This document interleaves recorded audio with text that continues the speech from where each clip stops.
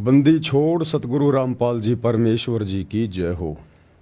परमपिता परमात्मा, सारी सृष्टि के रचनहार, कुल मालिक, असंख्य ब्रह्मांडों के स्वामी, जगत गुरु, तीनों लोकों में प्रवेश करके सबका भरण पोषण करने वाले राजाधिराज, आत्माधार, नाथों के नाथ, देवों के देव महादेव, सर्वेश्वर महेश्वर, मृत्युंजय, अजरो अमर, आदि अनादि सनातनी प्रभु, जगत पिता जगदीश्वर, श्री श्री 1008 की उपाधि के वास्तविक अधिकारी, अकाल मूरत शब्द स्वरूपी राम वासुदेव, सर्वगतम ब्रह्म, परम पूज्य, प्रथम पूज्य, परम संत, परम पुरुष, परम धनी, परम दयालु, सत्य कबीर, हक्का कबीर, अल्लाहु कबीर, अल्लाहु अकबर, बाखबर, अल्लाह ताला, जगत के तारणहार, जगत के मुक्तिदाता, जगत के जगन्नाथ, हारे के सहारे, हिंदुओं के राम, मुसलमानों के अल्लाह, सिखों के वाहिगुरु, ईसाइयों के मसीह, दया के सागर दया निधि, करुणा के सागर करुणा निधि, स्वयंभू परिभू, संकट मोचन, कष्ट हरण, मंगल करण, दुख भंजन, अविगत कबीर, निर्विकार निर्विषम परमात्मा, अलय अलेख सतगुरु, आदि अनादि सतगुरु, असली मर्यादा पुरुषोत्तम, असली राम, असली कृष्ण, असली घनश्याम, असली मुरारी, राजाओं के राजा, महाराजाओं के महाराजा, शहनशाहों के शहनशाह, सम्राटों के सम्राट, भगवानों के भगवान, अल्लाहों के अल्लाह, प्रभुओं के प्रभु, मसीहाओं के मसीह, सच्चे वाहि गुरु, बाबाओं के बाबा, पीरों के पीर, सेठों के सेठ, जगत सेठ, सावड़सा सेठ, सर्वगुण संपन्न, अनंत कोटि कलाओं के स्वामी, अनंत कोटि ब्रह्मांडों के नायक, योगियों में महायोगी, ध्यानियों में महाध्यानी, सिद्धों में परम सिद्ध, ज्ञानियों में तत्व ज्ञानी, ब्रह्म ज्ञानी, महाज्ञानी, परम ज्ञानी, सर्वश्रेष्ठ ज्ञानी, विज्ञानी, युवा कबीर, समृद्ध कबीर, असमवात, अमित ओजा, सच्चे रहनुमा, करीम अल्लाह, सुभान अल्लाह, दुनिया के अंतिम पैगंबर, 8 सितंबर 1951 से गांव धनाना, जिला सोनीपत, हरियाणा, भारतवर्ष की पावन भूमि पे प्रकट रियल कल की भगवान श्री नारायण साकार हरि, श्री बाबा साहेब नूर अनंत परमात्मा, संत श्रोमणी सतगुरु रामपाल जी परमेश्वर जी के चरण कमल में साध संगति से जुड़े हुए आप और हम सभी सत्सेवक भाई बहनों का अनंत कोटि दंडवत प्रणाम।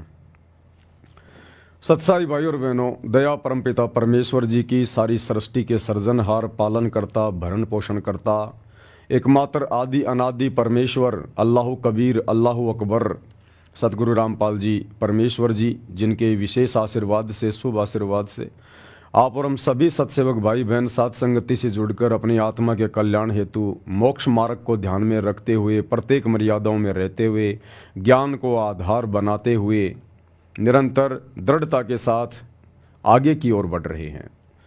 भाई और बहनों, ये कलयुग की बिचली पीढ़ी है।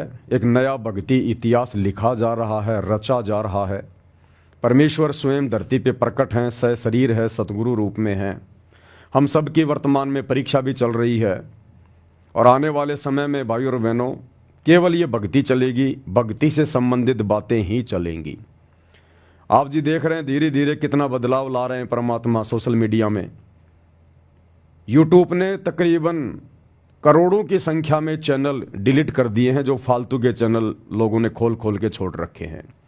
करोड़ों की संख्या में यूट्यूब ने चैनलों को डिलीट कर दिया है और करने में लगा हुआ है। फेसबुक ने भी अभी तक जितने भी लोगों ने लाइव वीडियो चलाए हैं, उन सभी वीडियो को फेसबुक 1 महीने का टाइम देके उनको डिलीट कर रहा है। इसी प्रकार ये परमात्मा धीरे धीरे सारी की सारी जो गंदगी जो दुनिया ने सोशल मीडिया पर फैला रखी है काल प्रेरणा से, दुनिया भर के फालतू के वीडियो, फालतू के ड्रामेबाजी, ये सब धीरे धीरे डाटा डिलीट हो जाएगा और बहुत जल्द वो युग परिवर्तन का समय आ रहा है। उसके बाद इस दुनिया में केवल धार्मिक आत्माएं रह जाएंगी, परमात्मा चाहने वाली आत्मा रहेंगी। ना कोई फालतू की वीडियो बनाएगा, ना कोई डालेगा और ना कोई देखेगा। यदि कोई वीडियो डालेगा तो अपने गुरु के सत्संगों के डालेगा या फिर ज्ञान आधार से गुरु के सत्संगों के ऊपर वीडियो बनाए जाएंगे, जैसे वर्तमान में साध संगति के वीडियो बन रहे हैं। तो इसी प्रकार की वीडियो लोग देखेंगे और ये माहौल पूरी पृथ्वी का इस प्रकार से चेंज होगा। तो वर्तमान में ये जितने भी यूट्यूब पर लोग, जितने भी राजनेता लोग, जितने भी लोग जो फालतू की वीडियो डाल रहे हैं अपनी रोजी रोटी के लिए, मान बढ़ाई के लिए, पब्लिसिटी के लिए, 2 पैसे कमाने के लिए, ये सारे वीडियो आने वाले समय में किसी के किसी काम के नहीं रहेंगे, किसी काम के नहीं है। जो दुनिया दिन रात वीडियो बनाने में लगी हुई है, डाल रही है, अश्लीलता भर रखी है पूरी, चाहे कोई कितने बड़े बड़े कोई बिजनेसमैन है, कोई कितना बड़ा उद्योगपति है, वीडियो बना बना के डाल रहे हैं, दुनिया को बिजनेस सिखा रहे हैं, पैसे कमाने की कला सिखा रहे हैं। राजनेता दिन रात राजनीति में सड़ रहे हैं। छोटे मोटे जो ये संगठन है, सामाजिक संगठन, धार्मिक संगठन, ये अपने अपने वजूद की लड़ाई लड़ रहे हैं फालतू की, पता नहीं बिना ज्ञान के। तो आने वाले समय में इनके किसी के भी वीडियो बिल्कुल काम नहीं आएंगे और दुनिया ना इनको देखेगी और धीरे धीरे यूट्यूब इनको पीछे डाल देगी, ये डिलीट हो जाएंगे। इस भक्ति इतिहास में आने वाले समय में 1000 साल तक, जब तक ये विज्ञान चलेगी, तब तक केवल सतगुरु रामपाल जी के सत्संग चलेंगे सोशल मीडिया पर, और पीछे पीछे साध संगति के वीडियो चलेंगे। आज ये बातें भले आपको मजाक लगें, लेकिन आने वाले समय में सोशल मीडिया पर केवल सतगुरु रामपाल जी के सत्संग और इस सतगुरु के छोटे से सेवक इस कुत्ते पवन दास के माध्यम से गुरु महिमा के जो वीडियो बनाए जा रहे हैं, या अन्य भगत भाई बहन जो वीडियो बना रहे हैं, या आने वाले समय में जो बनाएंगे, केवल वही वीडियो चलेंगे भक्ति से संबंधित। और केवल इसी भक्ति से संबंधित, अन्य किसी भक्ति से संबंधित वीडियो कोई नहीं देखेगा।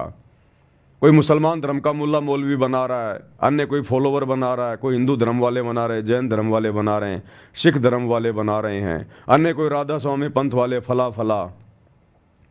ये आने वाले 4 से 5 साल में सबका ये किला ढह जाएगा। ये जितने भी बड़े बड़े पंथ और संत बन के बैठे हैं ना, ये सब मिट्टी में मिल जाएंगे। गुरुदेव के वचन परम सत्य हैं, अटल है। गुरुदेव ने अपने वचनों में कह रखा कि बच्चों, आने वाले समय में ये दुनिया भर के जितने भी धर्म हैं, ये सब मिलकर केवल मानव धर्म में सम्मिलित हो जाएंगे। जो सतगुरु रामपाल जी भगवान का धर्म है, मानव धर्म, एक ही धर्म है, दुनिया का एक ही रहेगा, पहले भी यही था। और ये जितने भी संत और महंत हैं, चाहे कितने बड़े बड़े आज उनके आश्रम हैं, उनके डेरे हैं, करोड़ों की संख्या में उनके फॉलोवर हैं, देश विदेश में उनकी ब्रांचें हैं, आने वाले समय में, और ज़्यादा समय नहीं बचा, मुट्ठी भर भी समय नहीं है, 4 से 5 साल तक का समय है। 2028 के बाद ये जितने भी दुनिया भर के संत पंथ और डेरे हैं, जो आज राजनेताओं के उपग्रह बने हुए हैं, अपने आश्रम चला रहे हैं, दुनिया में अपनी पब्लिसिटी किए हुए हैं, गुरुदेव ने कह दिया कि या तो ये संत जो है अपने इस मानव धर्म में आ जाएंगे, यानी सतगुरु रामपाल जी के चरणों में आ जाएंगे, और वो फालतू की संतगिरी छोड़कर, अपने कर्म फोड़ना छोड़कर सतगुरु रामपाल जी से दीक्षा लेकर भक्ति करेंगे। या फिर आने वाले समय में जब ये दुनिया जागेगी, लोगों को भक्ति और भगवान का पता चलेगा, तो इन नकली संतों को, इनको देश छोड़ छोड़ के कहीं बाहर विदेशों में अपना डेरा डालना पड़ेगा। ये हिंदुस्तान में रह नहीं पाएंगे, ये जड़ से समाप्त हो जाएंगे ये आने वाले 4 से 5 साल में। और 4 से 5 साल में 2028 के बाद कोई भी राजनीतिक पार्टी नहीं बचेगी, कोई भी राजनीतिक पार्टी। ये बीजेपी, ये कांग्रेस, ये जितने भी पार्टियां हैं, आम आदमी पार्टी, सपा, जो भी हैं, हजारों की संख्या में पार्टियां होंगी, आपको एक भी पार्टी का नामो निशान नहीं मिलेगा। इसलिए जो भाई बहन राजनीति में अपना भाग्य आजमाने की सोच रहे हैं, अपने बाप दादाओं की जमीन बेच के 2 नंबर के काम करके जो राजनीति में पैसा लगाने की सोच रहे हैं, भैया कोई काम धंधा देख लो छोटा मोटा, आपका और अपने परिवार का पेट पालने के लिए। ये आपकी बड़ी बड़ी राजनीतियां, बीजेपी कांग्रेस का भी नामो निशान जड़ से समाप्त। 2028 के बाद केवल एक ही पार्टी चलेगी, सतसाई पार्टी, सतगुरु रामपाल जी की पार्टी चलेगी, और कोई राजनीतिक पार्टी नहीं चलेगी। तो भैया छोटा मोटा कोई धंधा देख लो अपना। और ये जितने भी वकील भाई बंधु हैं, ये जज वगैरह हैं, ये भी अपना कोई काम धंधा देख लो भैया। 2028 के बाद कोई मुकदमा तुम्हारे हाथ में नहीं आने वाला है, कोई जजों की जरूरत नहीं पड़ेगी, कोई क्राइम कोई करेगा ही नहीं, अपराध कोई करेगा ही नहीं, सब डरेंगे भगवान से। तो वकील भाई भी अपना छोटा मोटा काम धंधा देख लो भैया। अब ये झूठ बोल के 2 के 4 करके झूठे सबूत पेश करके जो तुम दुनिया को ठग रहे हो, लूट रहे हो ना, ये धंधा तुम्हारा अब जाने वाला है याद से।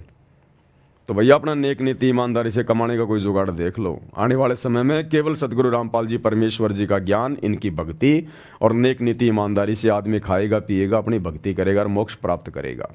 ये दुनिया भर के फालतू के काम धंधे सब बंद हो जाएंगे। ये बड़ी बड़ी फैक्ट्रियां जो दिन रात इनमें लेबर काम कर रही है, दुनिया की भौतिक वस्तुओं की दुनिया की भौतिक वस्तुओं की इच्छा पूर्ति के लिए, सब बंद हो जाएंगी। केवल लिमिटेड कंपनियां रहेंगी, लिमिटेड यानी बहुत ही थोड़ी संख्या में।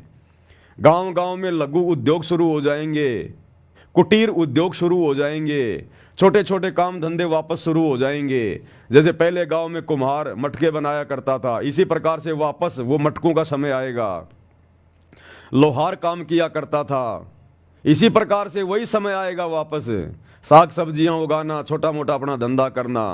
किसी की ये रुचि नहीं रहेगी मैं पढ़ा लिखा के मेरे बेटे को इंजीनियर बनाऊं, जज बनाऊं, डॉक्टर बनाऊं, कोई कुछ नहीं। सबकी इच्छा समाप्त हो जाएगी। सबको हकीकत का पता चल जाएगा कि भैया परमात्मा धरती पे आया हुआ, भक्ति करने के लिए मनुष्य जन्म मिला है।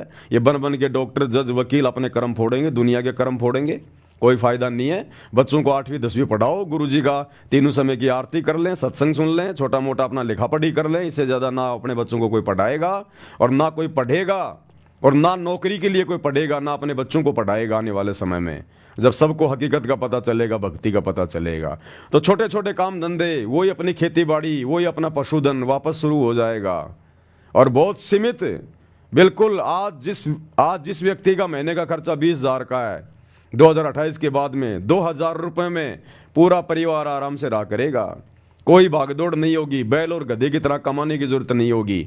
ज़्यादा समय जो आज धन इकट्ठा करने में, 2 पैसे कमाने में, दुनिया में दिखावा करने में, बड़ा मकान बनाने में, बड़ी गाड़ी लाने में, बड़ा बिजनेस सेट करने में, बच्चे को विदेश भेजने में, जो दुनिया बैल और गधे की तरह कमा रही है, अपने कर्म फोड़ रही है, आने वाले समय में ये सब झंझट समाप्त हो जाएंगे। सब बैठ के भक्ति करेंगे भगवान की। विदेशों के लोग भी हिंदुस्तान में आके सेट हो जाएंगे। हिंदुस्तान में आके, जैसे हजारों साल पहले विदेश के लोग नालंदा विश्वविद्यालय में आके अपनी पढ़ाई किया करते थे, इसी प्रकार अब विदेश के लोग भारत में आके सेट हो जाएंगे, अपनी भक्ति करेंगे और मोक्ष करवाएंगे अब वो। और भारत विश्व गुरु बनेगा, विश्व गुरु। ये सतगुरु रामपाल जी परमेश्वर बनाएंगे विश्व गुरु, और किसी की औकात नहीं है विश्व गुरु बनाने की। इन राजनेताओं ने तो बना दिया विश्व गुरु, देश को गृह युद्ध के मुहाने पे लाके छोड़ दिया। इन बड़े बड़े नेताओं ने तो बना दिया जो है मतलब विश्व गुरु। आज पूरी दुनिया बारूद के ढेर पे बैठी है, कब ये बम फट जाए कोई भरोसा नहीं है। इस विज्ञान ने तो केवल विनाश का सामान तैयार किया, विनाश का। दुनिया को ये विज्ञान ये पतन की ओर लेके गई है। अब इस विज्ञान का भी सदुपयोग होगा। ये वैज्ञानिक उपकरण, ये TV, internet, mobile, radio, satellite, हवाई जहाज, ये परमात्मा ने भक्ति के लिए बनवाई थी, भक्ति में सहयोग के लिए। काल ने फिलहाल इसका दुरुपयोग कर लिया। अब ये सब समाप्त कर दी जाएगी एक बार। जितनी आवश्यक होगी उतनी विज्ञान रखी जाएगी, फालतू की नहीं रखी जाएगी। और ये गाड़ी घोड़े वगैरह, ये एरोप्लेन, ये सब परमात्मा के सत्संगों में आने जाने के लिए काम आएंगे। मोबाइल, इसमें परमात्मा के सत्संग सुनेंगे, भगत भाई बहनों से बात करेंगे, भगवान की चर्चा करेंगे, सत्संगों की जानकारी देंगे, एक दूसरे की शंका समाधान होगी। और ये टीवी वगैरह केवल गुरुदेव के सत्संग चलेंगे आने वाले समय में, बाकी सब बंद। ये नकली साधु संत महात्मा सबके प्रवचन बंद, स्टॉप, कोई सुनेगा ही नहीं। ऐसे लगेगा जैसे कोई गधा रंभा रहा है, कोई गधा। आज जिनके प्रवचन लोग बड़े ध्यान से सुन रहे हैं ना, जब सतगुरु रामपाल जी के प्रवचनों पर ध्यान देंगे, उसके बाद में नकली संतों के प्रवचन लोग सुनना बंद कर देंगे। ये जितने भी टीवी चैनल हैं जो आज सारा दिन राजनेताओं को अपने स्टूडियो में बैठा के मुर्गे की तरह उनकी डिबेट करवाते हैं, उनको लड़ाते हैं, उनको आपस में कोई किसी के मतलब की बातें नहीं, कुछ नहीं, आपस में लड़ना झगड़ना, तू मेरी वो करना, ये सब बंद हो जाएगा। इन टीवी चैनलों पर भी केवल परमात्मा की ज्ञान चर्चा हुआ करेगी लोगों को समझाने के लिए। और ये टीवी चैनल वाले, जहां सतगुरु रामपाल जी भगवान रहेंगे, उस आश्रम के बाहर में ये टीवी चैनल वाले अपनी गाड़ियां ले लेके खड़ा रहा करेंगे। गुरुजी हमें भी आपका सत्संग दे दो, गुरुजी हमें भी आपका सत्संग दे दो। अरे ठीक है, इसको पवन दास की वीडियो दे दो, वो मुसलमान नहीं समझे ज्ञान कुरान वाले। चल बेटा चला इसको, 1 महीने चला इसको। हाँ तू, अरे तेरे को वो जीने गिरा के दे दो, इसको जीने गिरा के दे दो, चला। ये होगा आने वाले समय में इस प्रकार से। अभी दुनिया को कुछ नहीं पता, क्योंकि आध्यात्मिक जीवन में क्या परिवर्तन होगा ये राजनेता नहीं जानते, राजनेता नहीं बता सकते। आने वाले समय में इस दुनिया में क्या होगा ये राजनेता नहीं जानते, राजनेता नहीं बता सकते, नकली साधु संत नहीं बता सकते।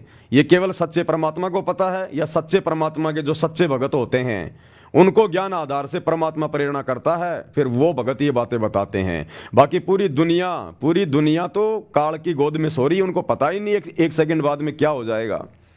तो ये नहीं बता सकते, इसीलिए तो काल सबकी आंखें बंद रखता है, इसीलिए तो काल ने सबकी आंखें बंद कर रखी है। कुछ नहीं होगा, ऐसे खाएंगे पिएंगे मौज करेंगे, दुनिया ऐसे चलती आई ऐसे चलती रहेगी। अब दाने दाने के लिए रोगे, दाने दाने के लिए।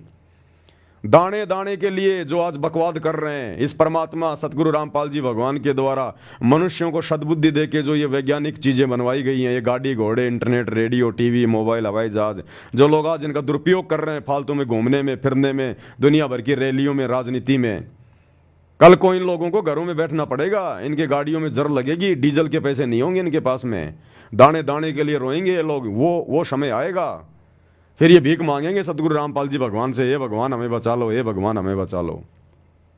फिर ये गाड़ी घोड़े, फिर ये प्रॉपर्टी के कामों में कोई यूज नहीं लेगा। चलो जी आपको मैं मेरा प्लॉट दिखा के लाता हूँ, ये करता हूँ, हाँ जी वहाँ पर बहुत अच्छी सोसाइटी है, लोग ये कहेंगे चलो जी आज वहाँ सत्संग है, बहुत अच्छी ज्ञान चर्चा होगी, वहाँ चलेंगे आज।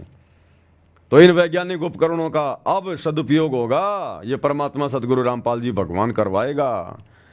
तो भैया दुनिया वाले समझे ना समझे, दुनिया तो अपनी कमर तोड़वा के समझती है हमेशा, लेकिन जो भगत भाई बहन है वो दृढ़ हो जाएं और अपने गुरुदेव भगवान की भक्ति में दृढ़ हो जाएं और मर्यादाओं के लिए दृढ़ हो जाएं। ये आने वाले समय युग परिवर्तन का समय है, और जब जब युग परिवर्तन होता है, जब दो युगों की टक्कर होती है तो भयंकर महाविनाश होती है, भयंकर महाविनाश। और ये महाविनाश के मुहाने पे पूरी दुनिया खड़ी है। 2025 चल रही है, धीरे धीरे परिस्थितियां आपके सामने उत्पन्न हो रही है, किस प्रकार से भारत देश में गृह युद्ध की स्थिति बन रही है। और नास्ट्रेडमस ने भविष्यवाणी कर रखी है मेरे भाई, भारत देश के 16 से ज्यादा राज्यों में राष्ट्रपति शासन लागू हो जाएगा 2028 से पहले पहले। तो सोचो, भारत तो सबसे ज्यादा शांति प्रिय देश है, जब भारत की स्थिति ये होने वाली है तो बाकी देशों का क्या होगा, विदेशों का क्या होगा। भविष्य मालिका के अनुसार इस युग परिवर्तन के बाद में पूरे विश्व की पॉपुलेशन केवल 64 करोड़ रह जाएगी, 64 करोड़। जहां आज पूरे विश्व की जनसंख्या 8 अरब है, 800 करोड़, केवल 64 करोड़ पूरी दुनिया की आबादी रहेगी। उसमें आधी आबादी 34-35 करोड़ केवल भारत की रहेगी।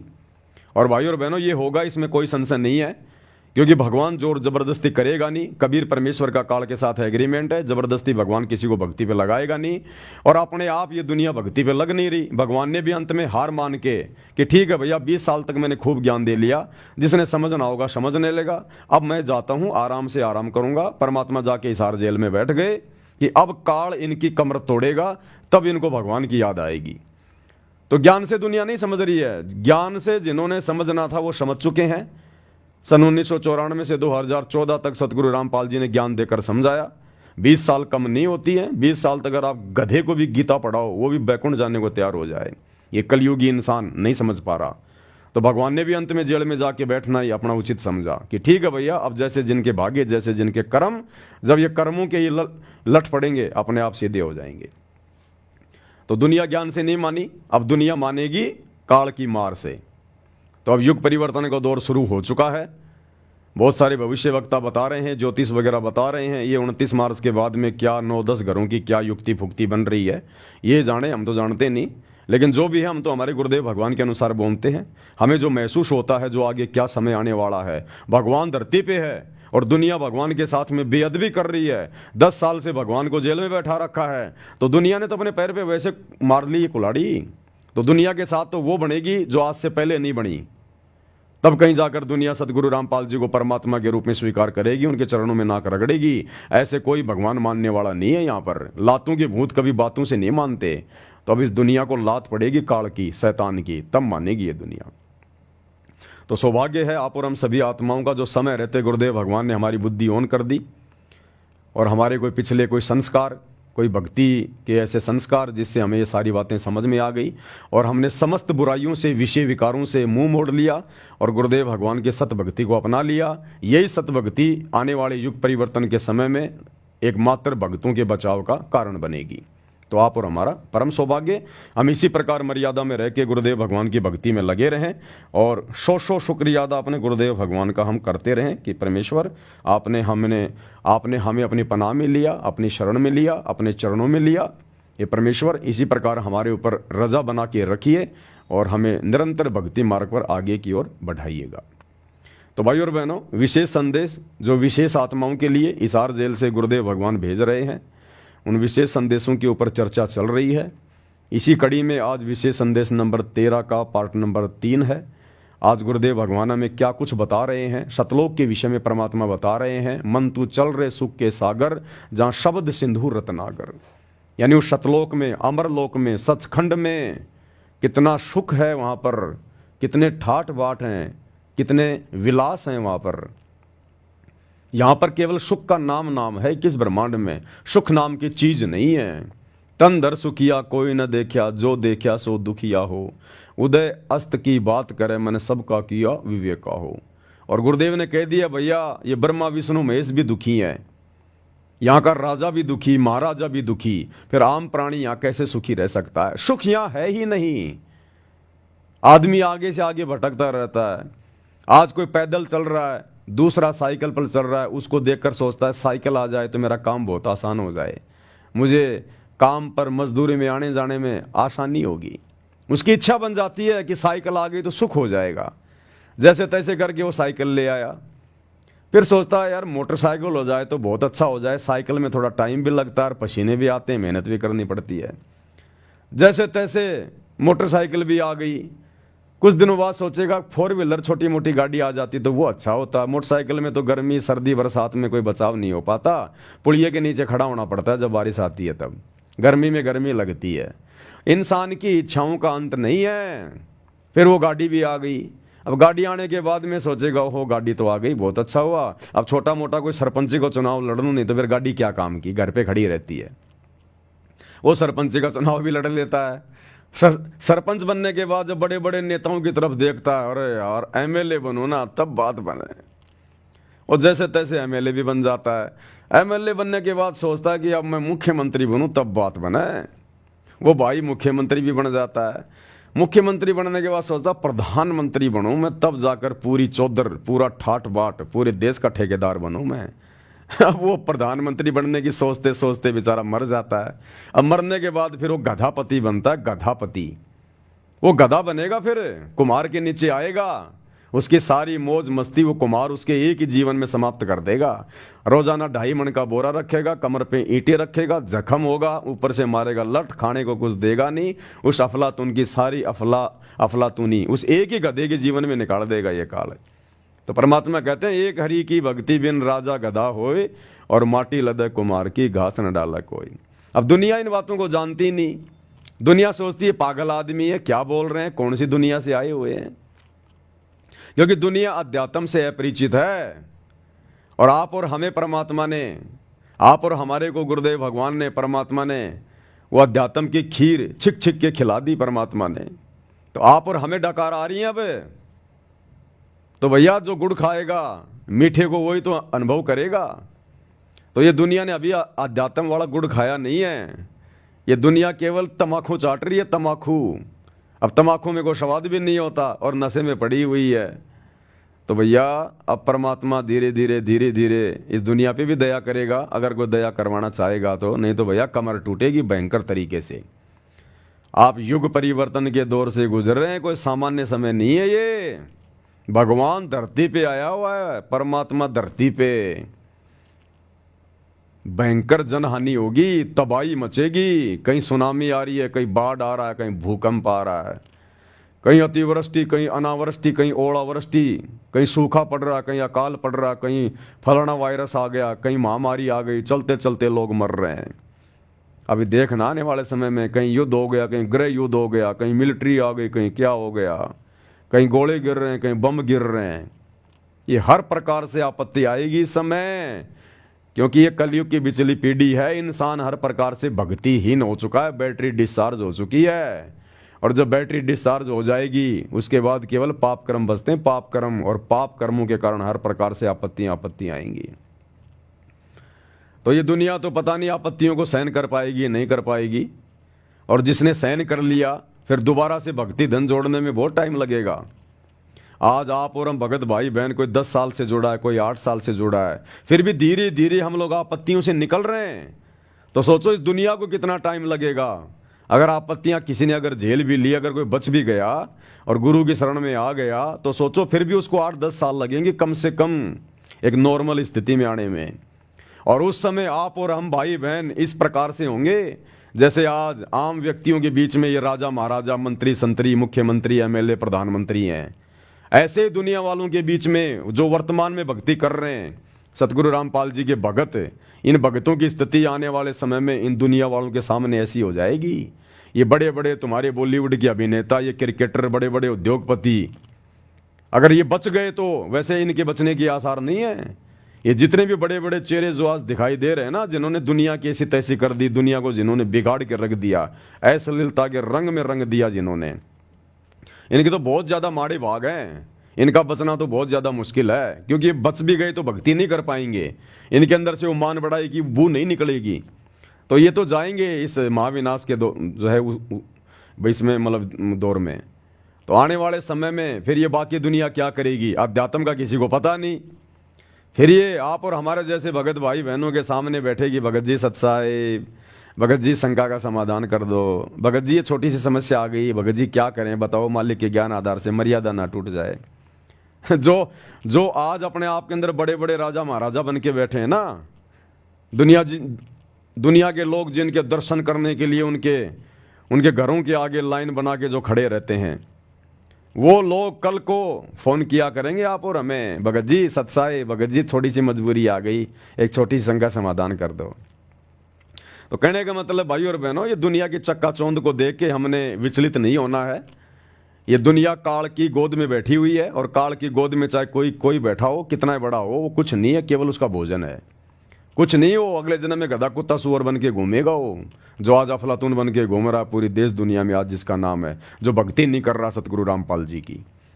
और आप और हम जो भक्ति कर रहे हैं, आने वाला समय आप और हमारा होगा, क्योंकि सतगुरु का वचन कभी निष्फल नहीं जाएगा, नहीं जा सकता। ये आप और हमारे ऊपर निर्भर करता है कि हम सतगुरु के वचन को किस प्रकार से लेते। गुरु ने अपने सत्संग में कह दिया है कि बच्चों, इस भक्ति पे तुम लगे रहना, चाहे सुखी रहो चाहे दुखी रहो, चाहे छोटी मोटी कोई समस्या आड़ास अड़ी रहे, तुम विश्वास मत तोड़ना, इस भक्ति में सतगुरु के चरणों में पड़े रहना, लगे रहना। ये दरबार छोड़ के मत जाना तुम, चाहे भक्ति थोड़ी हो जाए, कैसे भी हो, तुम ये दरबार छोड़ के मत जाना। द्वार धनी के पड़ा रहे, धक्के धनी के खाए, सो काल जग जोरी पर द्वार छोड़ना जाए। तो परमात्मा संभालेगा, पकड़ेगा, उसकी नजर है, वो देख रहा है। और गुरुदेव का वचन है, बच्चों आने वाले समय में तुम्हारे मकान अलग होंगे, तुम्हारी कोठियां अलग होंगी। हालांकि आप और हमारी कोई इच्छा नहीं रहेगी बड़ा मकान बनाने की, बड़ी कोठी बने जो है वो बनने की, बड़ा कोई काम धंधा खोलने की, लेकिन ये होगा। अगर किसान ने खेत में बीज बोया है गेहूं का, और यदि उसकी बढ़िया से रखवाली करी है, तो भैया पशुओं का चारा तो होगा ही होगा, और पहले होगा, पहले अनाज से पहले होगा। तो हमें मोक्ष तो मिलेगा, उस मोक्ष से पहले हमें इस गंदे लोक के सुख भी परमात्मा देगा, क्योंकि उस समय हमें ज्ञान हो जाएगा, फिर हम माया का दुरुपयोग नहीं कर सकते, हमें उसकी हानि का पता चल जाएगा कि कहाँ ये हमें डुबोएगी और कहाँ हमें ये उबारेगी। उसके बाद परमात्मा समझदार बच्चे को फिर अपने खजाने की चाबी देगा। तो गुरुदेव ने कह रखा, बच्चों आने वाले समय में गांव में, नगर में, जहां भी तुम रह रहे हो, तुम्हारे मकान, तुम्हारी कोठियां अलग होंगी, और दुनिया चर्चा करेगी कि ये हैं सतगुरु रामपाल जी के भगत। अगर हम भी अगर समय रहते इनके गुरु जी की शरण में आ जाते, आज हमारे भी ऐसे ठाट बाट होते। ये सतगुरु का वचन है, डूम बाट के गीत नहीं है। साधु बोले सहज स्वभाव, साधु का बोला मिथ्या न जाए, और साध वचन पलटे नहीं चाहे पलट जाए ब्रह्मांड। लेकिन उस समय का इंतजार, और आप और हमने दृढ़ता, कहे कबीर सुनो भाई साधो मैं तो हूं विश्वास में।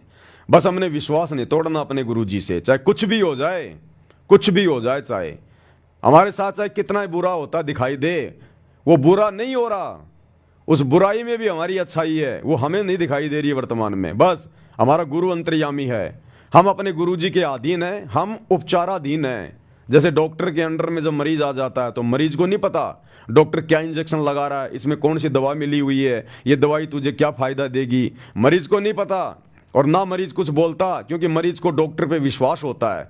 तो इसी प्रकार गुरुदेव भगवान का ट्रीटमेंट चल रहा आप और हमारे ऊपर, हम उनकी हॉस्पिटल में एडमिट हैं, इस भक्ति वाली हॉस्पिटल में। अब गुरु जी का ट्रीटमेंट चल रहा है, हमने केवल मर्यादा में रहना है, मरीज ने केवल जो परहेज होते हैं वो निभाने होते हैं, और टाइम पे जैसा डॉक्टर ने बता दिया वैसी गोली दवाई खानी होती है। तो हम भक्तों ने अपने गुरु जी के नियम निभाने हैं, और जैसी भक्ति साधना गुरुदेव ने बता दी मर्यादा में रह के हमने वो भक्ति करनी है। बाकी काम हमारे गुरु जी का है, इस आध्यात्मिक वैद्य का है। ये कौन सी दवा लगाएगा, कब सुख देगा, कब ये दुख देगा, कब ये हल्का सा कोई झटका देगा, ये इसकी अपनी मौज, इसके अपने कर्म। हमने अपनी मर्यादाओं का ध्यान रखना है बस। यदि हमें विश्वास हो गया कि ये डॉक्टर पक्का है, फिर देखना भाई और बहनों आने वाले समय में फिर कैसे स्वस्थ नहीं होगा। जब मरीज डॉक्टर की दवा टाइम पे खाएगा, परहेज निभाएगा, तो मरीज भला फिर स्वस्थ कैसे नहीं होगा। तो इसी प्रकार जब हम गुरु जी की मर्यादा निभाएंगे और हमारे को पक्का विश्वास है कि इनके अलावा दूसरा कोई आध्यात्मिक वैद्य नहीं, कोई डॉक्टर नहीं, कोई संत नहीं, और उनके द्वारा बताई गई भक्ति की खुराक, तीनों समय की आरती, पांचों यज्ञ, सत्संग सुनना, सुमरण करना, नेक नीति मर्यादा में रहना, तो फिर कैसे नहीं होंगे हम सुखी। अरे जिसका ये लोक सुखी नहीं, उसका परलोक कभी सुखी नहीं हो सकता। तो भगवान जिन भक्तों का मोक्ष करेगा, जिनको सचखंड में भेजेगा, उनको पृथ्वी का भी सुख देगा परमात्मा, यहां का सुख भी देगा मालिक। ये ना सोचना कि आज हम गरीब हैं, निर्धन हैं, हमारे पास ना जमीन है, ना मकान है, ना कोई काम धंधा है, बड़ी मुश्किल से हम गुरु जी के शरण में आके अपना गुजारा कर रहे हैं। ये ना सोचना, ये परमात्मा है, अनंत रास्ते हैं इसके पास में, अनंत रास्ते। क्या सेऊ सम्मन ने कभी सोचा था कि हम कभी जिंदगी में सेठ बन जाएंगे? जो बेचारे सुबह कमाते थे, शाम को खाया करते थे, इतना गरीब परिवार, अपने बेटे की गर्दन तक उसको काटनी पड़ गई थी भगवान को भोजन करवाने के लिए, घर में आटा भी नहीं। क्या उसने कभी सोचा था सम्मन ने कि मैं दिल्ली का 1 नंबर का सेठ भी बन जाऊंगा? सपने में भी नहीं सोच सकता बेचारा, लेकिन भगवान ने बना दिया। क्या तैमूर लंग कभी सोच सकता था, जो भेड़ बकरियां चराया करता था, घर में आटा भी नहीं होता था, कि मैं राजा बन जाऊंगा और मेरे 7 पीढ़ी राज करेगी? लेकिन भगवान ने बना दिया। तो परमात्मा क्या नहीं कर सकता? वही तो परमात्मा है धरती पर आज हमारे गुरुदेव भगवान के रूप में। सतगुरु जो चावे सो करी ही, भरम पड़ो मत कोई, सेव धड़ पर शीश चढ़ाया पाछा करी रसोई। और मोला जल से थल करे, थल से जल कर देत, और साहिब तेरी साहिबी श्याम कहूं के सवेत। तो परमात्मा कुछ भी कर सकता है, ये पल में राई से पहाड़ कर दे और पहाड़ से राई कर दे। ये वो समर्थ है, वो धनी है हम जिसकी शरण में आज। हम जगत सेठ की शरण में हैं, सावड़सा सेठ की शरण में। ये दुनिया जिस सावड़सा सेठ के मंदिर बना बना के श्री कृष्ण जी के नाम से पूज रही है ना, वो सावड़सा सेठ जिसने द्वारिका में जाके नरसी की हुंडी कैस की थी, वो सावड़सा सेठ ये सतगुरु रामपाल जी भगवान है, ये कबीर भगवान है। तो दुनिया को अभी पहचान नहीं है, आप और हमें पहचान हो गई। तो फायदा कौन उठाएगा? जो पहले स्कूल में जाएगा। अरे जो बच्चा पहले पढ़ाई पढ़ के सर्टिफिकेट लेके नौकरी लगेगा, वो ही तो सुख भोगेगा। बाकी तो उस समय सुख भोगेंगे जब उसी प्रोसीजर को पार करके नौकरी लगेंगे। तो दुनिया तो बहुत लेट आएगी इनकी शरण में, और आप और हम इनकी शरण में हैं। आप और हम ये पढ़ाई पढ़ रहे हैं, तो सबसे पहले नौकरी कौन लगेगा? सबसे पहले सुखी कौन होगा? मोक्ष किसका होगा? आप और हमारा होगा। और दूसरी बात भाई और बहनों, देखो ये अध्यात्म है, हमने कुछ चीज़ों का बहुत विशेष तौर पर ध्यान रखना है। एक छोटी सी ऑडियो जो मैंने आज ग्रुपों में डाली हुई है, जूली बहन की जो आई थी, हम लोगों ने ज्ञान को प्रथम रूप से आधार बना के चलना पड़ेगा इस भक्ति मार्ग पर, तब हमारी बात बनेगी, नहीं तो नहीं बन पाएगी। आने वाले समय में क्या होगा भाई और बहनों, कोई भी भाई बहन ये ना सोचे कि भाई मेरी जो उम्र है, मेरी उम्र अभी 30 साल की है, मेरी उम्र अभी 35 साल की है, और मैं तो बड़ा होऊंगा, भी टाइम लगेगा, बूढ़ा होऊंगा, उसके बाद मेरी भक्ति सफल होगी। आने वाले समय में, क्योंकि समय थोड़ा है परमात्मा के पास में, जितनी आत्माओं को गुरुदेव भगवान निकालेंगे अपने शरीर में रहते सहते, यानी इस तेज पुंज के शरीर में जो हमें दिखाई दे रहा है इनका, इस शरीर में धरती पर संत रूप में रहते रहते परमात्मा जितनी आत्माओं को निकाल पाएंगे निकाल देंगे। तो सभी भाई बहनों की प्रबल इच्छा होनी चाहिए हमारी। ये तो हमने कभी सौपन में भी नहीं सोचना, चाहे आप कैसी भक्ति कर रहे हैं, कितनी मर्यादा में कुछ भी हैं आप, लेकिन ये आपने जिंदगी में नहीं सोचना, चाहे आपकी 70 साल की उम्र हो रही है, 80 साल की उम्र हो रही है, हमने ये नहीं सोचना कि भगवान इस जन्म में नहीं तो अगले जन्म में तो पार हो ही जाऊंगा। ये सबसे बड़ी गलती होगी हमारी, सबसे बड़ी गलती। इसका मतलब हम अपने गुरु जी पर विश्वास नहीं कर रहे। अरे सतगुरु जो चाहे सो कर दे। अगर भक्ति की इच्छा होगी भगवान उम्र बढ़ा देगा। रामानंद की, पंडित रामानंद जी की 650 साल पहले परमात्मा ने उम्र बढ़ा दी थी, उसको चिंता हो गई थी। जब वो 124 साल का था, 104 साल का या वो कितना था, तब उसको परमात्मा मिले 5 साल की उम्र में। उसको फिर टेंशन हो गई कि जो भक्ति में कर रहा था ये तो 2 आने की भी नहीं, अब मेरी उम्र बची नहीं तो मेरा मोक्ष कैसे होगा। तो उसकी चिंता को देखकर भगवान ने 150 साल की उम्र दी उसको, पंडित रामानंद जी को, कि तेरे भाग्य में उम्र नहीं है, तेरी मौत तो उसी दिन होनी थी जिस दिन सिकंदर लोदी ने तेरी गर्दन काट दी थी, वो तेरा लास्ट दिन था। अब आगे का जीवन मैं दे रहा हूं तेरे को भक्ति के लिए। तो परमात्मा ने 150 साल की उम्र दे दी उसको। तो वर्तमान में कोई भाई बहन अगर 80 साल का भी हो रहा है ना, तो ये मत सोचना कि इस जन्म में नहीं तो अगले जन्म में तो पार हो ही जाऊंगा। ये अगला जन्म हमारी डिक्शनरी से हटा देना चाहिए हमने, ये दिमाग में नहीं आना चाहिए अगला जन्म। नहीं, बिल्कुल नहीं। वो भगवान की मौज है, वो गुरु की मौज है, अगला जन्म दे ना दे, लेकिन हमने नहीं सोचना बिल्कुल भी। और दूसरी बात, भले आपकी 30 साल की उम्र है, चाहे 40 साल की उम्र है, चाहे आपकी 50 साल की उम्र है, हमने सुबह उठते ही सबसे पहले भगवान से यह अरदास करनी है, परमात्मा पीछा छुड़ाओ। अगर आज भी आप सतलोक के लिए अगर मुझे लेकर जाना चाहोगे ना गुरुदेव, यदि आप आज और अभी इसी समय अगर आप मेरे सामने प्रकट होकर कहो बच्चों चलो बैठो विमान में, ए गुरुदेव मैं उसी समय आपके साथ चलने को तैयार हूं। हमने इस कदर तैयार रहना इस संसार से पीछा छुड़वा के कि भगवान जब तक हूं तब तक तेरी नौकरी कर रहा हूं, तेरे बच्चों का पेट भर रहा हूं, तब तक मैं अपनी जिम्मेदारियां निभा रहा हूं, काम धंधा कर रहा हूं। बाकी मेरी इस गंदे लोक में रुकने की, रहने की, जीने की कोई इच्छा नहीं है। हमने इस कदर अब तैयार हो जाना चाहिए इस गंदे लोक के दुखों को देख के, भगवान के मिशन को समझ के। रोज हमने ये सोचना है कि बस आज मेरा अंतिम दिन, आज मेरा अंतिम दिन। ये प्लानिंग मत बनाओ, भक्तों के मन में ये प्लानिंग नहीं होनी चाहिए कि 2 साल बाद एक मकान बनाऊंगा। ये प्लानिंग नहीं होनी चाहिए भगत के मन में। क्या पता भगवान आपको 1 महीने के बाद सतलोक ले जाने की सोच रहा है और तुम उधर 2 साल बाद में मकान बनाने की सोच रहे हो। तो भैया काल के साथ एग्रीमेंट है, भगवान जबरदस्ती नहीं करेगा। भगवान 1 महीने की आपकी टिकट को कैंसिल कर देगा कि देखते हैं भैया अभी तो हमारा भगत ही 2 साल की सोच रहा है, अभी तो हमारा भगत ही ये सोच रहा है कि 2 साल बाद जाऊंगा। तो जब तक ये तैयार नहीं होगा मैं कैसे लेके जाऊंगा। क्या कहते हैं गुरुदेव बार बार कि बच्चों तुम अपनी इच्छा से आए थे, अपनी इच्छा से जाओगे, मैं जबरदस्ती नहीं करूंगा।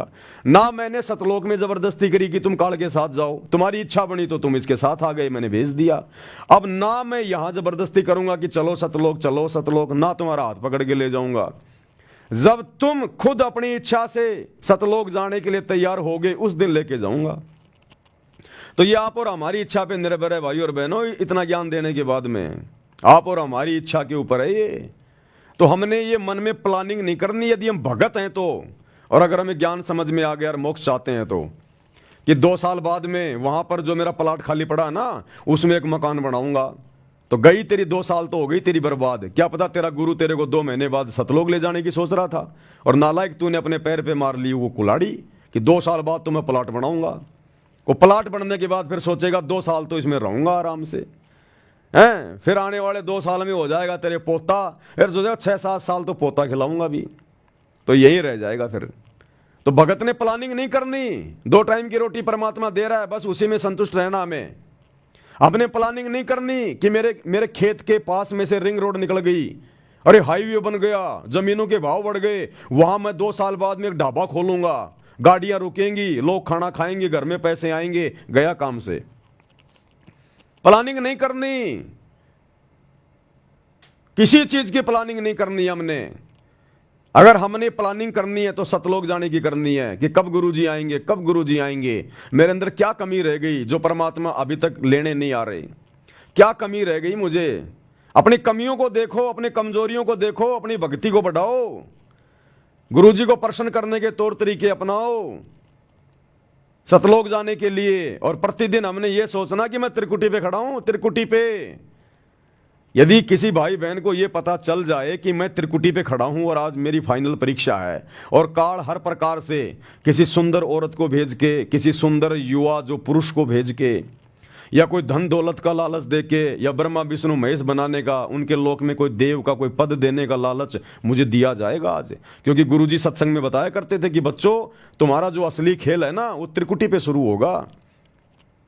हमें गुरुदेव बताया करते थे कि बच्चों धरती पे ये काल कुछ नहीं कहेगा, तुम्हें कुछ नहीं कहेगा, इस पृथ्वी लोक पर तो जैसा तुम्हारा कर्म है उसी अनुसार तुम्हारे को अच्छा बुरा मिलेगा। ये इस पृथ्वी लोक पर तो जीव को छेड़ता भी नहीं है। इस काल का असली खेल शुरू होता है जब हम त्रिकुटी पर पहुंच जाते हैं, वहां ये अपना दाव खेलेगा। उससे नीचे ये कुछ नहीं कहता ये काल। उससे नीचे तो जैसे तेरे कर्म है वैसा ही तेरे को मिलेगा। तो प्रतिदिन हमने ये सोचना कि आज मैं त्रिकुटी पे खड़ा हूं, मेरा फाइनल डे है, आज मेरी परीक्षा का दिन है। और परीक्षा के दिन में, जिस दिन बच्चे की परीक्षा होती है, अगर उसका जीजा भी आ जाए, उसका फूफा भी आ जाए, उसका कोई अच्छे से अच्छा कोई यार दोस्त मित्र कहे कि चल आज घूमने चलते हैं, अरे गाड़ी मेरे पास में, पैसे मेरे पास में हैं, तेरे को पैसे खर्च करने की जरूरत नहीं है, अरे कोई बात नहीं मैं लेके चलता हूं तेरे को फ्री में, चल आज घूमने चलते हैं, वो बच्चा कहीं नहीं जाएगा। उसको पता है कि आज तेरी परीक्षा है, अगर आज तू परीक्षा में नहीं गया, फेल हो गया, तेरा 1 साल बर्बाद होगा। तो भगत को ये डर होना चाहिए कि आज मैं त्रिकुटी पे खड़ा हूं, मेरा हर दिन ये त्रिकुटी का दिन है, और अगर मैं फेल हो गया मेरा एक जीवन जाएगा, एक जीवन पूरा।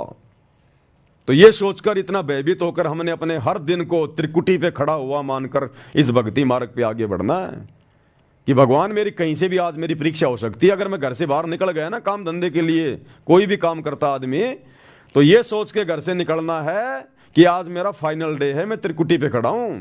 और काल किसी न किसी प्रकार से, चाहे किसी से मेरा लड़ाई झगड़ा करवाएगा, मनमुटाव करवाएगा, कोई लड़की आएगी बोलेगी मेरे से फ्रेंडशिप करोगे क्या, मेरे से चैटिंग करोगे क्या, मेरे से शादी करोगे क्या, पता नहीं क्या क्या ड्रामेबाजी, कुछ भी हो सकता है। ये नित्य नियम हमारे को इसीलिए तो पढ़ाया जाता है रोजाना घर से बाहर निकलने से पहले, कि तुम्हारे साथ में कोई लड़ने झगड़ने को भी तैयार होगा काल प्रेरणा से। कोई अच्छी मंदी बात भी तुम्हें कहेगा, कोई लड़की भी टकराएगी, कोई लड़का भी टकराएगा, कोई लोभ लालच की बातें भी होंगी, रिश्वत की बातें भी होंगी, 2 के 4 कमाने की बातें होंगी। तो तुम लोगों ने किस प्रकार से अपने जीवन को टैकल करना है, अपने पूरे दिन को तुमने सुचारू रखना है। तो गुरुजी सुबह सुबह हमारे को नित्य नियम पढ़ा के, इसीलिए तो हमारे को घर से बाहर भेजते हैं कि बच्चों तुम नित्य नियम को ध्यान में रखना, इसमें तुम्हारे को आदेश दे दिए गए तुमने क्या करना है। तो इस प्रकार भाइयों और बहनों, हमारा हर दिन ये होना चाहिए कि मैं त्रिकुटी पे खड़ा हूं, तब हम भक्ति पे सफल हो सकते हैं, नहीं तो नहीं होंगे। हम यहां पर हम 5 साल आगे की हम लोग ये प्लानिंग करके बैठे हुए हैं, 5 साल आगे की हम प्लानिंग करके बैठे हैं, तो भगवान कैसे ले जाएगा हमें? हमारी इच्छा ही नहीं, अभी तो हमारी यहीं पे वो प्लानिंग की इच्छा है। तो भगत ने कोई प्लानिंग, कोई विचार ऐसा करना ही नहीं चाहिए हमारे को इस काललोक में।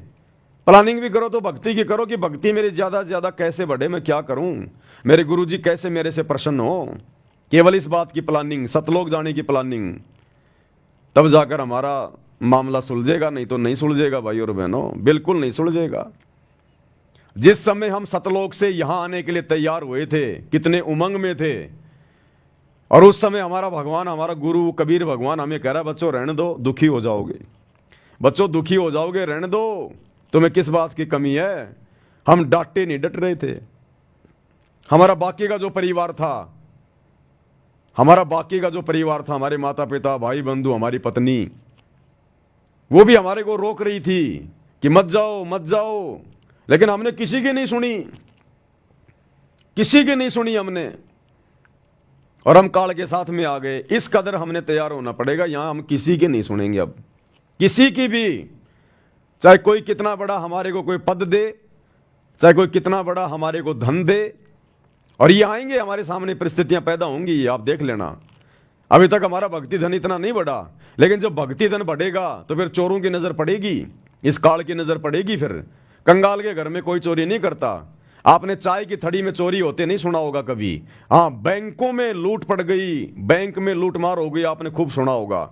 क्योंकि चाय की दुकान में क्या मिलेगा, पाव भर चाय मिलेगी, 1 किलो चीनी मिलेगी, अदरक की 2-4 वो गठियां मिल जाएंगी, तो उसको कोई नहीं छेड़ता। जहां धन होता है वहां पे लूट होती है। तो अब आप और हमारा भक्ति धन बढ़ेगा आने वाले समय में, जितना हम मर्यादाओं में रहेंगे। उसके बाद इस काल चोर की नजर पड़ेगी कि ये आत्मा सतलोक जाने के लिए तैयार हो रही है भाई, इसके पास भक्ति धन जमा हो रहा है। फिर आएंगे आपके सामने सारे ऑफर।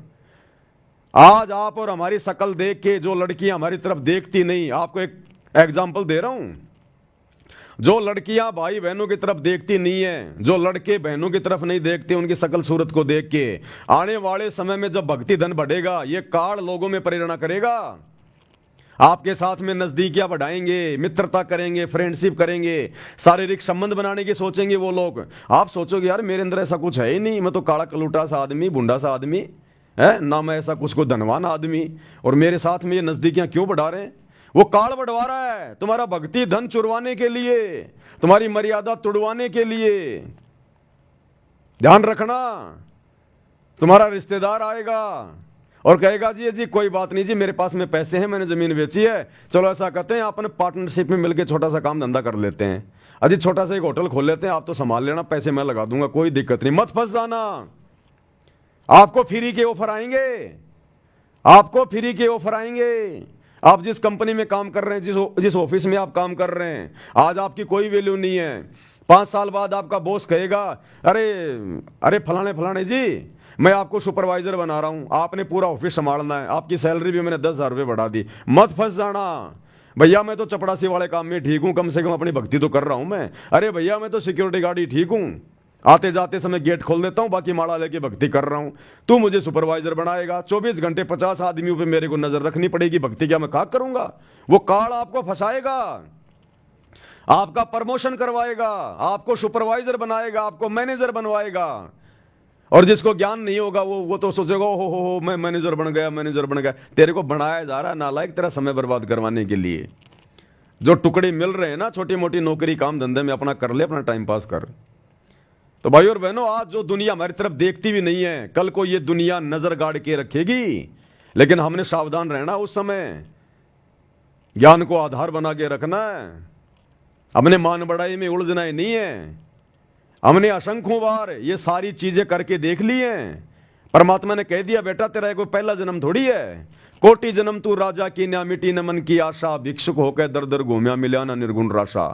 अरे नादान प्राणी, जो आज तू रोड पे खड़ा होके तू ये जो मेहनत मजदूरी कर रहा है ना और अपनी भक्ति कर रहा है, तो ये ना सोच कि हर जन्म में तू ऐसा ही था, या आज तू इतना गरीब है तो तू ऐसा ही था। ना ना ना ना, करोड़ों बार तू राजा रह चुका, चक्रवर्ती राजा, करोड़ों बार। ये तो तेरे को भक्ति करवाने के लिए तेरे गुरु भगवान ने तेरे को इस गरीबी वाली स्थिति में रखा है। आज अगर तू छोटा मोटा कोई सरपंच होता ना, तो आज तू भगवान के नजदीक भी नहीं आता। तो ये तो शुक्र मना गुरुदेव भगवान का। और ये बात हकीकत है भाई और बहनों, ध्यान रखना। ये पृथ्वी पाप और पुण्य के हिसाब से चलता है, पूरा 21 ब्रह्मांड पाप और पुण्य के हिसाब से। ये कोई राजनीति के हिसाब से नहीं चलता, ये किसी जैक और चेक के हिसाब से नहीं चलता। पाप और पुण्य पे टिका हुआ सारा सिस्टम, ये पाप और पुण्य के ऊपर। तो पुण्य तो आप और हमारे ऊपर है ही, यहां के राजा से ज्यादा पुण्य आप और हमारे पास में है। और इसकी सबसे बड़ी पहचान यह है कि हमें सतगुरु ने अपनी शरण में ले लिया। गुरुदेव कहते हैं लख भर सूरा जूझ ही लख भर शावंत दे, और लख भर यति जहान में तब सतगुरु शरण आले। गोरख से ज्ञानी गने सुखदेव जति जहान, और सीता सी बहु बारिया संत दूर स्थान। तो गुरुदेव कहते हैं लख भर सूरा जूझ ही, जो आत्मा लाखों बार सूरवीर के जन्म प्राप्त करती है। सूरवीर वो योद्धा होते हैं जो युद्ध के मैदान में गर्दन कटवाना मंजूर लेकिन पीठ नहीं दिखाते। टुकड़े टुकड़े होके वो कट जाएगा लेकिन पीठ नहीं दिखाएगा, उसको कहते हैं सूरवीर। तो गुरुदेव कहते हैं जब एक आत्मा लाखों जन्म ऐसे सूरवीर के भोग लेती है, लख भर सूरा जूझ ही लख भर सावंत दे, लाखों बार आपको शावंत दे प्राप्त हो चुकी है। शावंत दे गुरुदेव ने बताया वो आदमी होता है जिसके दोनों हाथ या एक हाथ अपने घुटने के नीचे से होता है, पैर के घुटने से भी जिसका एक हाथ या फिर दोनों हाथ इतने लंबे होते हैं, वो बहुत ही ज्यादा भक्ति धन से परिपूर्ण आत्मा होती है, आधीन होती है। उसको कहते हैं सावंत दे, वो पुनकर्मी आत्मा होती है। त्रेता में श्री रामचंद्र जी सावंत दे थे, ये दुनिया वालों को नहीं पता, ये गुरुदेव भगवान ने बताया। तो गुरुदेव कह रहे करोड़ों बार लाखों बार तुम्हारे सावंत दे वाले जीवन भी हो चुके हैं। तो लख भर सूरा जूझ ही लख भर सावंत दे, और लख भर यति जहान में, लाखों बार हमने हनुमान जैसे जन्म भोगे। दूसरी औरत में हमने कभी कुदृष्टि भी नहीं डाली, ब्रह्मचारी जीवन जिया हमने। तो गुरुदेव कहते हैं जब एक आत्मा इतने इस प्रकार के लाखों और करोड़ों जीवन भोग लेती है, इतना भक्ति धन उसके पास होता है, इतने पुण्य होते हैं, तब सतगुरु शरणा ले। तब सतगुरु, ये कबीर भगवान सतगुरु रामपाल जी ऐसी आत्मा को कलयुग की पिछली पीढ़ी में अपनी शरण में लेता है। तो ये देश के राजा महाराजा, अमेरिका का राजा महाराजा, ब्रह्मा विष्णु महेश, भक्ति धन के मामले में, पुण्य के मामले में आप और हमारे एक बाल के बराबर भी नहीं है, बाल के बराबर भी। तो असल में ये दुनिया का राज आप और हमारे भाग्य में था। भाई और बहनों, ये सत्य मान लेना, ये दुनिया का राज, ये मंत्री पद, प्रधानमंत्री पद, ये बड़े बड़े ये बिजनेसमैन के पद, ये बड़ी बड़ी नौकरियां, बड़े बड़े ये अधिकारी के पद, असल में आप और हम भगत भाई बहनों के भाग्य में था ये। क्योंकि भक्ति धन तो आप और हमारे पास में है ना, क्योंकि सतगुरु की शरण में तो हम आए ना। तो सतगुरु की शरण में कौन आएगा? लखबर सूरा जूझ ही लखबर सावंत दे, और लखबर यति जहान में तब सतगुरु शरणा ले। तो हम थे वर्तमान में इस दुनिया में सुख भोगने के अधिकारी, काल का झूठा सुख भोगने के अधिकारी। लेकिन हम परमात्मा की अच्छी आत्मा थी, इसलिए परमात्मा ने हमारे भाग्य से वो काल के झूठे सुख, वो मंत्री पद, प्रधानमंत्री पद, वो कैंसिल कर दिया परमात्मा ने, और हमारे को नॉर्मल स्थिति में रखा, ताकि मैं इनको अपनी शरण में ले लूं आसानी से। इन दुखों से दुखी होकर इनको भगवान याद आएगा। अगर हम छोटे से सरपंच भी होते ना, सरपंच भी, तो बता दो आज दुनिया का एक भी व्यक्ति जो सरपंच हो वर्तमान में और गुरु जी की शरण में हो, और यदि है तो वो मर्यादा में नहीं है, या तो कोई सरपंच गुरु जी की शरण में है नहीं, ये तो सबसे छोटी पोस्ट है। और अगर है कोई एक आधा, तो फिर वो गुरु जी की मर्यादा में नहीं है, वो फॉर्मेलिटी, किसी के कहने से नाम ले रखा है, काम बाकी सारे वही कर रहा हो। तो ये दुनिया के जितने भी जो 60-60 वर्तमान में हम देख रहे हैं ना, ये आप और हमारे भाग्य में थे। लेकिन हमारे गुरु ने हमारे ऊपर मेहर बख्शी, रजा बख्शी गुरुदेव ने, आप और हमसे भक्ति करवाने के लिए परमात्मा ने उन काल के झूठे सुखों को डिलीट कर दिया, क्रोश मार दिया, और आप और हमें अपनी शरण में ले लिया, अपनी गोद में ले लिया। इसलिए ये दास बारंबार कहता है कि दुनिया को देख के नहीं चलना हमने, ये तो हमारा थूका हुआ चाट रहे हैं।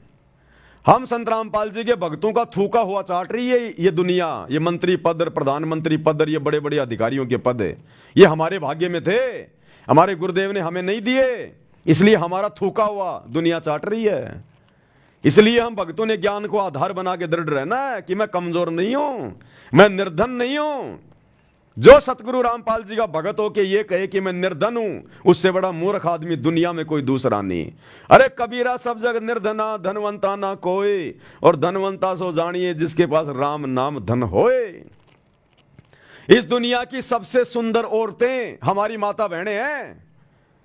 ये होनी थी दुनिया की सबसे सुंदर औरतें, क्योंकि हमारे पास में भक्ति धन है, और भक्ति धन से ही इस प्राणी को उच्च पोस्ट मिलती है, सुंदर शरीर मिलता है, गोरी गोरी काया मिलती है, सुंदर सुंदर उसको चेहरा मिलता है। लेकिन भगवान ने काट दिया हमारा मोक्ष करवाने के लिए, हमसे भक्ति करवाने के लिए, कि अगर मैं इस आत्मा को सुंदर शरीर दे दूंगा, 6 फुट का शरीर दे दूंगा, ये दिन में 10 बार शीशे में मुंह देखेगा, भक्ति क्या खाक करेगा? फिर ये अहंकार आएगा ही आएगा, मान बढ़ाई आएगी आएगी, सुंदरता की, अच्छे हट्टे कट्टे शरीर की आएगी आएगी, अहंकार मान बढ़ाई ये रह नहीं सकता आदमी, क्योंकि 5 विकार हमारे अंदर हैं।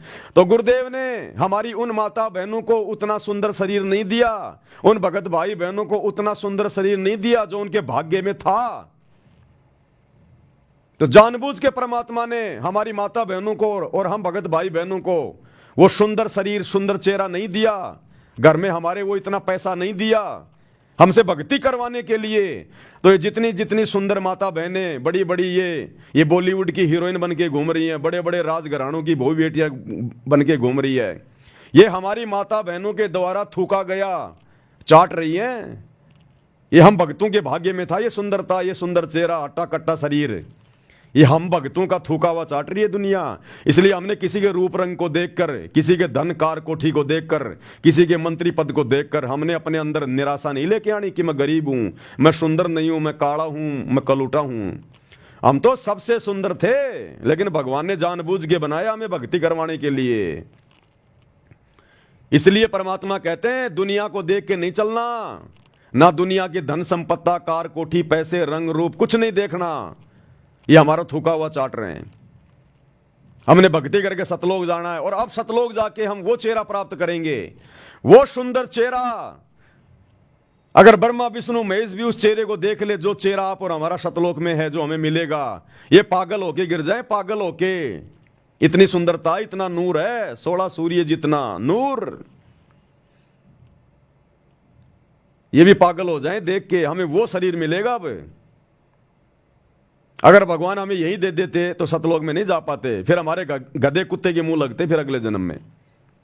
तो ये गुरु की हमारे ऊपर विशेष रहम, विशेष मेहरबानी, इसलिए हमने गुरुदेव के चरण धो धो के पीने चाहिए अपने सतगुरु रामपाल जी भगवान के, कि परमात्मा रजा बख्शी, आपने मुझे दुनिया का सबसे धनी बना दिया। ये भक्ति धन, इसकी कदर होगी। इस भक्ति धन से आगे का जीवन निर्धारित होता है, आगे के जन्म निर्धारित होते हैं। इस भक्ति धन से हमें मोक्ष मिलेगा, सदा सदा का अमृतत्व प्राप्त होगा, सुंदर शरीर मिलेगा, सारे ठाठ बाट मिलेंगे। तो सबसे बड़ा धनी कौन? ये दुनिया का धन तो यही रह जाएगा। आज कोई अरबपति है, खरबपति है, अरे ये सोने चांदी के सिक्के, ये कागज के नोट तो यही रह जाएंगे।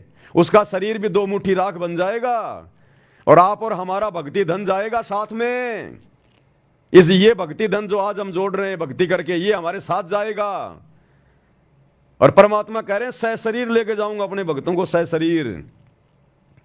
जिनकी भक्ति अच्छी हो जाएगी, परमात्मा उनको यहां मरने नहीं देगा, आग में नहीं जलने देगा, सह शरीर ले जाएगा। जैसे मीराबाई के चाचा ससुर भवन को, जो कि राणा का महामंत्री था, उस भवन को और उसके घोड़े को और उसके गुलाम को परमात्मा सह शरीर विष्णु लोक में ले गए। अरे सुखदेव ऋषि सह शरीर ऊपर चला जाता था। अरे हम उसके बच्चे हैं जो सह शरीर आता है, सह शरीर जाता है। तो जब हम उसके जैसे बन जाएंगे, कीट न जाने भृंग को सतगुरु कर ले आप समान, वो अपने जैसा है तो हमारे को बनाने आया है। जब हम उसके जैसे बन जाएंगे भक्ति करके, जीव से पीव श्रेणी में आएंगे, परमात्मा सह शरीर भी लेके जाएगा। उनका वचन है, सत्संग में बोल रखा है कि बच्चों सतलोक जाओगे, सह शरीर जाओगे, तो सह शरीर भी लेके जाएगा परमात्मा अपनी आत्माओं को, आप देख लेना। तो हम फिर क्या देखें हम इस दुनिया को, क्या देखें हम इस दुनिया को? एक गाना था पहले, अब ध्यान में नहीं आ रहा, कि दुनिया के वो अपनी प्रेमिका से कहता कि देख के तेरे रंग को, रूप के नजारे को, अब बाकी नजारे में क्या देखूं। यानी मैं दुनिया के नजारे क्या देखूं, तू इतनी सुंदर है, इतनी प्यारी है, तू मेरे दिल में बस गई, समा गई, अब मैं दुनिया की तरफ क्या देखूं, बाकी नजारे में क्या देखूं। तो भैया इसी प्रकार हमें सुंदर परमात्मा मिल गया, समर्थ सतगुरु मिल गया, भक्ति धन मिल गया, भक्ति विधि मिल गई, सतलोक जाने का रास्ता मिल गया। अब ये गंदी दुनिया के गंदे नजारे, राजपाट, ये हम क्या देखेंगे? हम इंद्रदा राज कागदा बिष्टा ना भोगा इंद्राणी नु, तो फिर यहां के राजपाट क्या है? फिर कौवे की भीड़ से भी गिरे हुए। इसलिए हमने हर प्रकार से अपनी आस्था को हटा के, दुनियादारी से अपनी मोह ममता को हटा के, लोग खा रहे हैं, पी रहे हैं, मंत्री प्रधानमंत्री राजा बन रहे हैं, कार कोठियां खरीद रहे हैं, वो अपने भाग्य का खरीद रहे हैं। उन्होंने किसी जन्म में इसी सतगुरु की भक्ति की थी, लेकिन वो गधे रह गए, पार नहीं हो पाए। आज अपना भक्ति धन वो बर्बाद कर रहे हैं। तो ऐसे ऐसे जन्म आप और हम ना जाने कितने भोग चुके हैं, कितने जन्म हमने बर्बाद कर लिए। इसलिए भगवान ने आप और हमारे ऊपर ये दया बख्शी है। इतना ज्ञान इसलिए तो देता भगवान आके कलयुग की पिछली पीढ़ी में, हमारी आत्मा को ऊपर उठाने के लिए, जगाने के लिए, कि मत देखो दुनिया को। इसलिए तो गुरु जी कहते हैं यो गुरु ज्ञान विज्ञान वाणी, और जीवित ही जग में मरो, कि जीवित मर जाओ। मरा हुआ आदमी दुनिया देख के नहीं जीता। चाहे दुनिया कितनी ऐसो आराम कर रही है, कोई गाड़ी निकाल रहा है, कोई कुछ भी कह रहा है, कोई इज्जत कर रहा है, बेइज्जती कर रहा है, मरा हुआ आदमी कुछ नहीं करता, नो रिएक्शन। तो हमने कोई रिएक्शन नहीं देना इस दुनिया को। आपका पड़ोसी चाहे बहुत बड़ा कोई अधिकारी बन गया, उसका बेटा, आपने ये सोचकर अपने बेटे को डांटना नहीं है, फटकारना नहीं है कि नालायक देख वो तेरे साथ था, वो तेरा साथी, देख आज वो अधिकारी बन गया और तू यहीं पड़ा हुआ है। नहीं, तेरे बेटे को जो पद मिल गया, भक्ति पद मिल गया, उसके बराबर तो ब्रह्मा विष्णु महेश का पद नहीं है। तो हमने अपने मन में कोई हीन भावना नहीं लेके आनी, कोई निराशा पैदा नहीं करनी।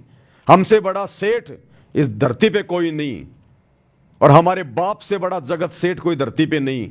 फिर हम किस बात की चिंता करें? कौन है फिर हमारे आगे? तो विचार करना भाई और बहनों आप इन सब बातों का। ये ज्ञान आधार की भक्ति है। हमने दुनिया की तरफ नहीं देखना बिल्कुल भी। दुनिया जो भी कुछ कर रही है, सतगुरु के शरण में आए बिना। ये तो गधा बनने की तैयारी कर रही है, गधा बनने की तैयारी, गधा बनने की तैयारी।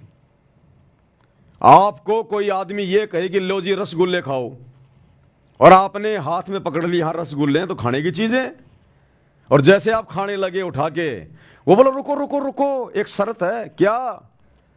एक रसगुल्ला खाने के बाद में 20 डंडे भी खाने पड़ेंगे, ये नियम है। एक रसगुल्ला खाने के बाद में 20 जो है वो डंडे खाने पड़ेंगे जोर जोर से। आप खाओगे वो रसगुल्ला? अरे कौन होगा गधा जो वो रसगुल्ला खाएगा कि एक रसगुल्ला खाने के बाद में 20 जो है बल्कि डंडे खाने पड़ेंगे? वो बोलेगा भैया ले जा तेरे रसगुल्ले। तो इस काल के जो झूठे सुख है ना, ये राजपाट वगैरह, धन दौलत वगैरह, ये तो मीठे रसगुल्ले हैं झूठे। आज तो खा लो, आज तो खा लो ये काल के ये रसगुल्ले, और कल को शरीर छूटने के बाद फिर लठ भी तो पड़ेंगे फिर कुम्हार के। 84 लाख योनियों में डालेगा, बैल बना के ऊंट बना के खेत में जुतवाएगा, फिर ये पीछे से हाड़ी मारेगा लठ, नाक में डालेगा रस्सा। आज अगर नाक का बाल भी अगर उखड़ जाता तो कितना दर्द होता है। नाक में छेद करके रस्सा डालेगा और यूं खींचेगा, फिर इधर चल इधर चल इधर चल इधर चल। तो ये काल के झूठे सुख ये हैं भैया। तो भगत तो खाना चाहेगा नहीं, भगत तो वो ही खाएगा जितना गुरुजी खिलाएंगे। और गुरुजी ने कह दिया बेटा साईं इतना दीजिए जिसमें कुटुंब समाए, और हम भी भूखे ना रहें, अतिथि ना भूखा जाए। और फिर हमें चिंता किस बात की? हम जगत सेठ के बच्चे भक्ति कर रहे हैं तो क्या भगवान खाना नहीं देगा? अरे जिस भगवान ने बिना हमसे पूछे, जिस सतगुरु रामपाल जी भगवान ने बिना हमसे पूछे, और हम तो जानते भी नहीं थे क्या मोक्ष है, क्या सतलोक है, क्या भक्ति है, क्या शास्त्र हैं, वेदों में क्या लिखा, कुछ जानते थे क्या? कुछ नहीं जानते थे। भगवान ने आके बताया, जनाया।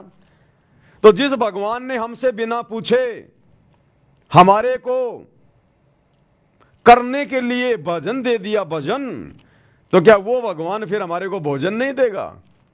अरे जो भजन दे सकता है क्या भोजन नहीं देगा क्या? तो भगत ने भोजन की चिंता तो होनी नहीं चाहिए। जिसको भजन मिल गया फिर भोजन की चिंता नहीं होनी चाहिए। फिर तो भगवान कहते हैं चिंता तो एक ही होनी चाहिए, चिंता तो हरि नाम की और न चिंता दास। और जो कोई चिंता नाम बिना यानी भजन बिना सोए काल की फांस। इब्राहिम सुल्तान को जब वो जंगल में था ऊपर से थाड़ आता था, बना बनाया भोजन। ऋषभनाथ जब वो जंगल में चला गया राजपाट छोड़ के परमात्मा की प्रेरणा से भक्ति करने के लिए, ऊपर से थाड़ आता था सतलोक से।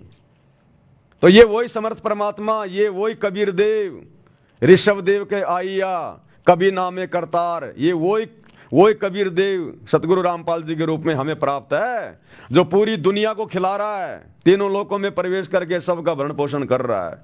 तो क्या हमें नहीं देगा क्या भगवान? कुछ भी दे देगा ये परमात्मा तो अपने बच्चों को। ये वो समर्थ है। परमात्मा कहते हैं सौपन में बैर लड़ाई कहे जय कोई कहिए राम, वाक्य पक्की पाउड़ी मेरे तन को चाम। गुरुजी कहते हैं अगर कोई मेरी भक्ति मर्यादा में रह के अगर मेरी भक्ति कर रहा है, कहता है मैं इतना प्रसन्न होता हूं मेरी उस प्यारी आत्मा के लिए, अपने शरीर की ये चाम उधेड़ के, खाल उतार के और मेरे भगत के पैरों की जूतियां बना दूं मैं। ये भगवान हमसे इतना प्रेम करता है तो क्या खाने के लिए भोजन नहीं देगा हमारे को? बस हम इनके कहे अनुसार चलते रहें, इनकी मर्यादा में लगे रहें। ड्रामेबाजी इसको पसंद नहीं है, बकवाद इसको पसंद नहीं है। ये जितना प्रसन्न होता है ना भगत की भक्ति से कि मैं अपने शरीर की चमड़ी उतार के अपने भगत के पैरों की जूतियां बना दूं, फिर मर्यादा तोड़ने वालों से नाराज भी उतना ही होता है। अगले जन्म में फिर उसको बकरा बना के, मुर्गा बना के, उस कसाई से फिर उसकी चमड़ी उधड़वा देता। फिर ये चमड़ी भी उधड़वा देता है। ये ना सोचना कि ये दयालु दयालु है। हिरणाकुश की छाती भी इसी ने फाड़ी थी। ब्राह्मण बाणा कर्म कसाई हिरणाकुश की छाती फड़वाई। इसी भगवान ने नरसिंह रूप धारण करके सतगुरु रामपाल जी ने। ये ना सोचना केवल ये दयालु दयालु है। ये दयालुता केवल उसी समय दिखाता जब ये धरती पर संत रूप में आता है, क्योंकि संत रूप में इनको फॉलोवर बनाने होते हैं, इनको ज्ञान देना होता है, इनको भगत बनाने होते हैं। इसलिए ये कभी चींटी को भी नहीं सताता, ना किसी को ये आदेश देता। तो संत रूप में केवल ये दयालुता दिखाता है। अन्यथा यही सतगुरु रामपाल जी भगवान, यही कबीर भगवान त्रेता युग में हिरणाकुश बन के नरसिंह रूप धारण करके, और हिरणाकुश की छाती भी इसने फाड़ी थी नाखूनों से।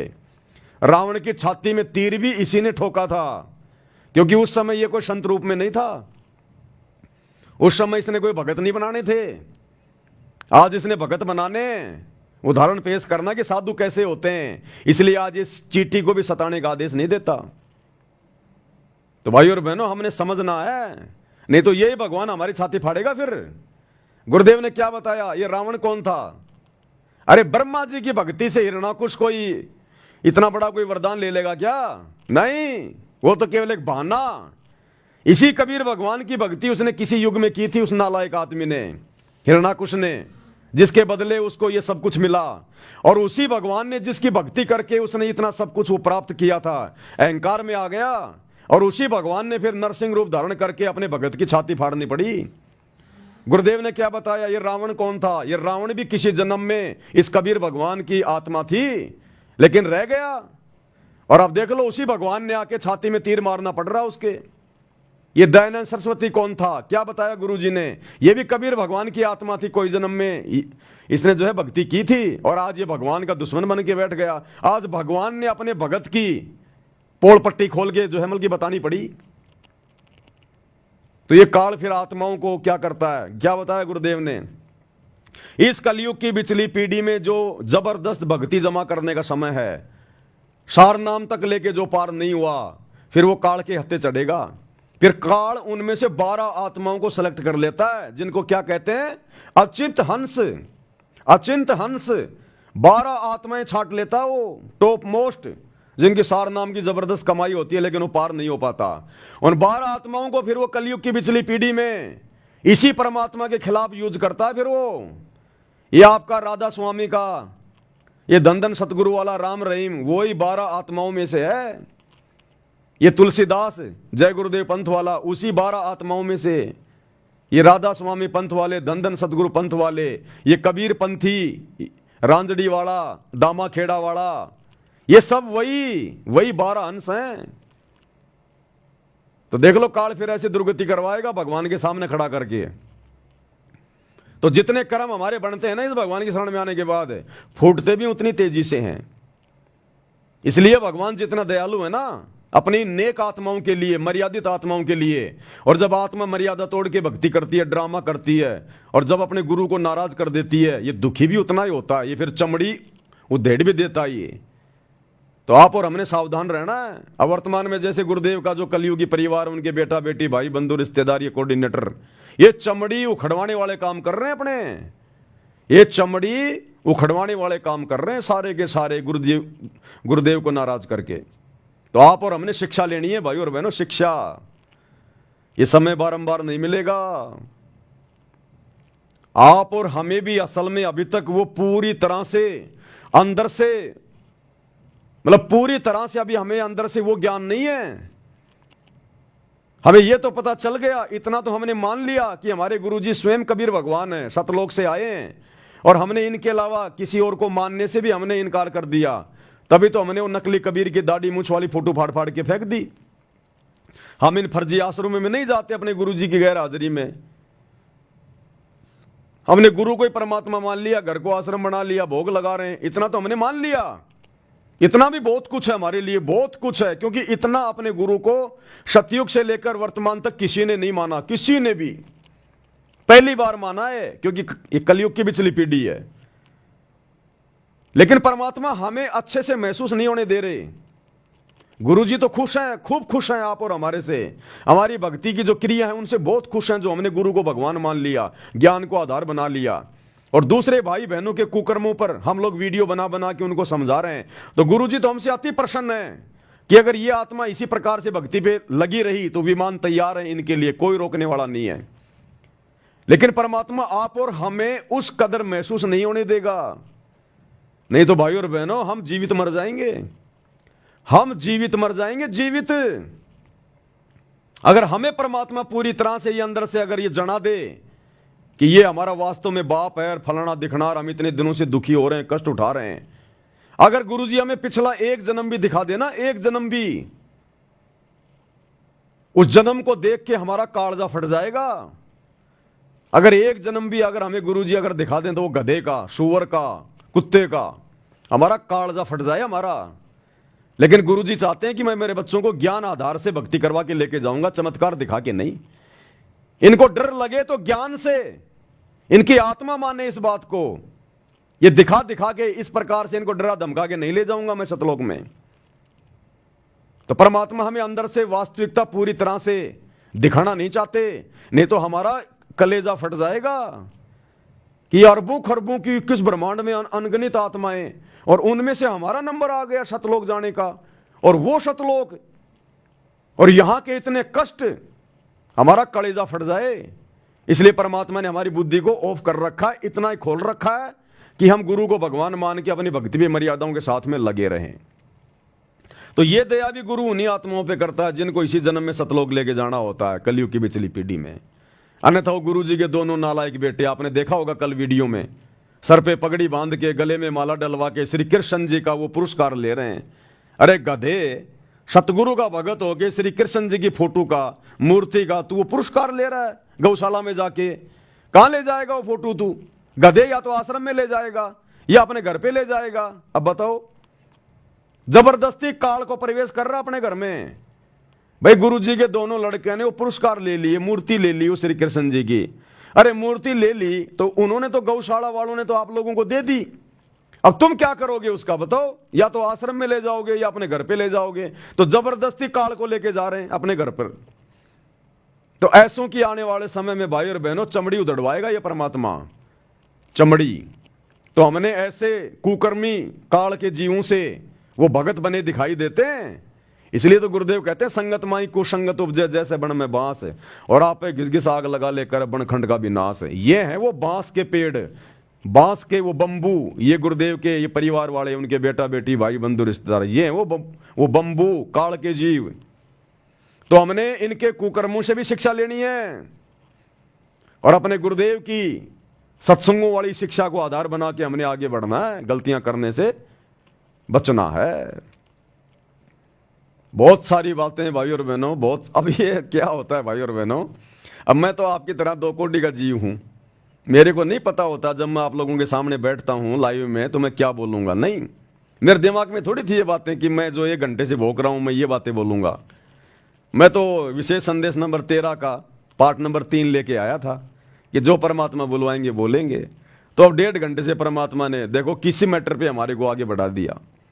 तो ये सतगुरु, फिर दास तो केवल यंत्र है, फिर सतगुरु के हाथ में रिमोट है। सतगुरु ने जो चैनल ऑन करना ना वो ही करेगा। दास की बस की बात नहीं है। फिर वहां पर 2 कोटि के जीव हैं अपन, पत्थर हैं पत्थर। पंखा चाहे 1 लाख रुपए का क्यों ना हो, चाहे सोने चांदी की उसकी पंखुड़ियां क्यों ना हो, पंखे की औकात नहीं है जब तक उसका मालिक उसका बटन दबाए और वो चल जाए। वो बटन दबाएगा तभी चलेगा, वो यंत्र है खाली। तो इसी प्रकार आप और हम सभी भाई बहन केवल यंत्र हैं सतगुरु के, और हमने अपना रिमोट अपने गुरुजी के हाथ में दे रखा है। जिसने मर्यादा तोड़ के काल के हाथ में दे रखा होगा तो काल चलाएगा, और जिसने मर्यादा में रह के अपने गुरुजी को दे रखा अपना रिमोट तो गुरुजी चलाएगा। तो ये परमात्मा के ऊपर निर्भर करता है, परमात्मा के ऊपर डिपेंड करता है सारा सब कुछ। तो कहने का मतलब भाई और बहनों, भले ही आपको दास बोलता हुआ दिखाई दे रहा है, लेकिन ये परमात्मा की तरफ से ये जो मतलब की वचन है। ये हमने ये नहीं सोचना कि ये भगत बोल रहा है। अरे नहीं, अच्छी शिक्षा, अच्छी बात हमें कोई भी दे दे, जगत वाला भी अगर हमें कोई अच्छी बात बताता तो हमने स्वीकार करनी चाहिए। कहते हैं ना कि ज्ञान अगर गधे से मिल जाए तो ले लेना चाहिए। ज्ञान अगर गधे से मिल जाए तो ले लेना चाहिए। मैं तो फिर भी आपका भगत भाई हूं। परमात्मा बुलवाएगा कुछ ठीक ही बुलवाएगा। तो हमने ये नहीं देखना और ना मन में ये सोचना कि ये भगत बहुत ज्ञानी है। ये भी हमारी फिर कमजोरी आ जाएगी। हमने हर कमजोरियों को निकालना है। हमारी आस्था, हमारा समर्पण, हमारा विश्वास केवल अपने गुरुजी के प्रति। गुरुजी चाहे अपने 1000 रूप बना के बराबर में खड़े हो जाएं, नहीं, रिजेक्ट। केवल हमारा गुरु जो वर्तमान में है वही हमारे लिए सब कुछ। हमारा सतगुरु चाहे जो कर सकता है। जब उसने 650 साल पहले बनारस के तोताद्री शहर में भैंसे राम से वेद मंत्र बुलवा दिए झोटे से, तो क्या झोटे को आज कोई पूजता है क्या? क्या कोई अपने घरों पर अपने दरबार में उस भैंसे राम की मूर्ति के आगे दीपक जलाता है क्या? कि इस भैंसे राम ने 650 साल पहले वेदों के मंत्र बोले थे, हिंदी का अनुवाद भी किया था। सबको पता कि वो तो जानवर था, सतगुरु ने आशीर्वाद दिया और बोलने लग गया। तो इसी प्रकार ये पवन भी तो गधा ही है, जानवर ही है। अरे हम भी तो जानवर ही हैं, और क्या हैं। सतगुरु आशीर्वाद दे रहा है, सतगुरु बुलवा रहा, मैं बोल रहा हूं। इसलिए मेरे प्रति जरा सी भी, क्योंकि मुझे भी बहुत ज्यादा डर लगता है भाई और बहनों, ध्यान रखना इन बातों का। मैं भी पूरी कोशिश करता हूं कि मेरे कारण किसी आत्मा का कोई बिगाड़ा ना हो जाए। देखो ये बातें बताना तो मेरी मजबूरी है भाई, मेरे गुरु की गैर हाजिरी में उनके ज्ञान का प्रचार करना ये मेरा परम धर्म है, सबने करना चाहिए। ये एक नेक शिष्य का क्या धर्म है, नेक नीति से रहे, खाए पिए, अपनी भक्ति करे और अपने गुरु का ज्ञान का प्रचार करे। तो ये तो मेरा परमो धर्म है वर्तमान में, मेरी गुरु जी की गैर हाजिरी में अपने भगत भाई बहनों को मतलब सच्ची राह दिखाना। लेकिन साथ में मुझे ये डर भी रहता है, मैं इतनी सावधानी भी रखता हूं कि मेरे ऊपर किसी गधे की कोई आस्था ना हो जाए, कहीं अपने ज्ञान की कमजोरी के कारण मेरे ऊपर थोड़ी बहुत कोई आस्था ना बना ले, कहीं उसका भक्ति धन ना हो जाए बर्बाद। इसलिए दास आपको हर प्रकार से बीच बीच में टोकता रहता है, बोलता रहता है। ये मान बढ़ाई की भूख का मार्ग नहीं है। इस सच्चे मार्ग में, इस सच्चे परमात्मा के सच्चे मार्ग में आकर अगर कोई इज्जत चाहेगा, अगले जन्म में गधा बनेगा, कुम्हार से पिटेगा। इसलिए दास बारंबार हाथ जोड़ के विनती करता है, भैया मैं तो भगत हूं और भगत ही रहूंगा। मन में भी नहीं आएगी कभी मेरे कि मैं कोई बन जाऊं थोड़ा मोड़ा कोई। ये तो भगत भाई बहन ही अपने विचार लगा लेते हैं कि आने वाले समय में भाई गुरुजी जो है इस पवन दास को अपना उत्तराधिकारी बनाएंगे, फलाना करेंगे, दिखना करेंगे। इस दास के तो शौपन में भी नहीं है ये बातें। वो मेरे सतगुरु की मौज, वो क्या करेगा क्या नहीं करेगा। लेकिन दास नहीं सोचता ये बातें, मुझे तो पीछा छुटवाना, यहां से पीछा। अरे आज आप भगत भाई बहनों को समझाने के चक्कर में, अपने ही भगत भाई बहनों के चंगुल से बाहर निकालने के लिए जो इन आश्रमों में जाते हैं, काल के दूत बने हुए हैं, इस दास को कितना क्या कुछ करना पड़ रहा है सतगुरु रामपाल जी भगवान के आशीर्वाद से। भक्ति भी ढंग से नहीं हो पा रही, 2-2 बार लाइव आना, वीडियो बनाना, इनको एडिट करना, आप तक भेजना, भाई बहनों से बात करना। तो सोचो कल को अगर गुरुजी ने मुझे छोटा मोटा कोई मंत्री संतरी बना दिया तो भक्ति क्या खाक करूंगा मैं। अरे तुम मुट्ठी भर भगत नहीं संभलने में आ रहे, वो पूरी दुनिया कहां से संभलने में आएगी। तो भगत ने तो सोचना भी नहीं चाहिए ये बात है कि गुरुजी मेरे को अधिकारी बना दें, मेरे को वहां का मुख्यमंत्री बना दें, वहां का राजा बना दें। शौपन में भी नहीं, उल्टा अगर गुरुजी आपको अगर बनाना चाहें तो आंखों में आंसू आ जाने चाहिए कि गुरुजी ये क्या कर दिया आपने। ये मालिक हे दीनदयाल, आप अंतर्यामी हैं, आप मेरी अंदर की भावनाओं से भली बाती जानी जान है आप। ये परमात्मा, मैंने तो ये गोबर कभी खाने की सोची भी नहीं थी। मालिक अगर आपका आदेश है तो आपका कुत्ता गोबर क्या, परमात्मा जमल की मिट्टी भी खाएगा। लेकिन परमात्मा मेरी कोई अंदर से कोई इच्छा नहीं है, भगवान मेरी भक्ति पूरी करवाओ। तो भगत के तो ये भाव होने चाहिए। उत्तराधिकारी गया बाढ़ में, ये परमात्मा अपने आप देखेगा अपने मार्ग को। ये 650 साल पहले भगवान आया था, आज 600 साल से इसका मार्ग यूं का यूं चल रहा है। कबीर पंथ कोई उत्तराधिकारी बना के गया था क्या? 5वें पंथ में आके काल ने उसको भी भ्रमित कर दिया था, चूड़ामणि को भी। तो भगवान का पंथ उसकी वचन शक्ति से चलता है, उसकी पावर से चलता है। ये सूरज चांद सितारे, ये दुनिया भर के ये उपग्रह जो अपनी अपनी दूरी में घूम रहे हैं, भगवान ने कोई डंडा दे के उनके पीछे कोई आदमी खड़ा कर रखा है क्या? उसकी वचन शक्ति से हो रहा सारा काम। एक वचन से उसने पूरी ब्रह्मांडों को बना दिया और एक वचन से सब कुछ चल रहा है। तो भगवान को जरूरत नहीं है कोई ठेकेदार बनाने की, और ना हमने ठेकेदार बनना, ना हमने सोचना आत्म कल्याण करवाना है। ध्यान रखना, यही तो लोभ लालच मिलेंगे आपको। दुनिया देगी, दुनिया नहीं देगी तो सतगुरु देगा लोभ लालच आपको, सतगुरु देगा लोभ लालच आपको। तो चाहे सतगुरु दे चाहे दुनिया दे, हमने तो हाथ जोड़ लेने कि मुक्ति चाहिए, मोक्ष चाहिए। इसलिए तो परमात्मा कहते हैं सतगुरु के दरबार में और ग्राहक कोटि अनंत, यानी बहुत सारी आत्माएं आती हैं, नाम दीक्षा लेती हैं। ग्राहक यानी भगत। सतगुरु के दरबार में, साहिब के दरबार में ग्राहक कोटि अनंत, और 4 चीज वो चाहते, रिद्धि सिद्धि मान और महंत। धन दौलत, रिद्धि सिद्धि यानी प्रसिद्धि, बड़ा पद, रिद्धि सिद्धि मान यानी मान बढ़ाई, और मेहनत यानी मेहनताई, संताई। तो 99% लोग ये चार चीजें मांगने के लिए आते हैं, भक्ति करते हैं कि सतगुरु के दरबार में ग्राहक कोटि अनंत, पर चार चीज वो चाहते हैं, रिद्धि सिद्धि मान मेहनत। ये हमारे कोऑर्डिनेटर भाई बहन, ये गुरु जी का परिवार है, यही सोच के तो भक्ति कर रहा था। और परमात्मा तो दाता है, जो मांगोगे वही देगा।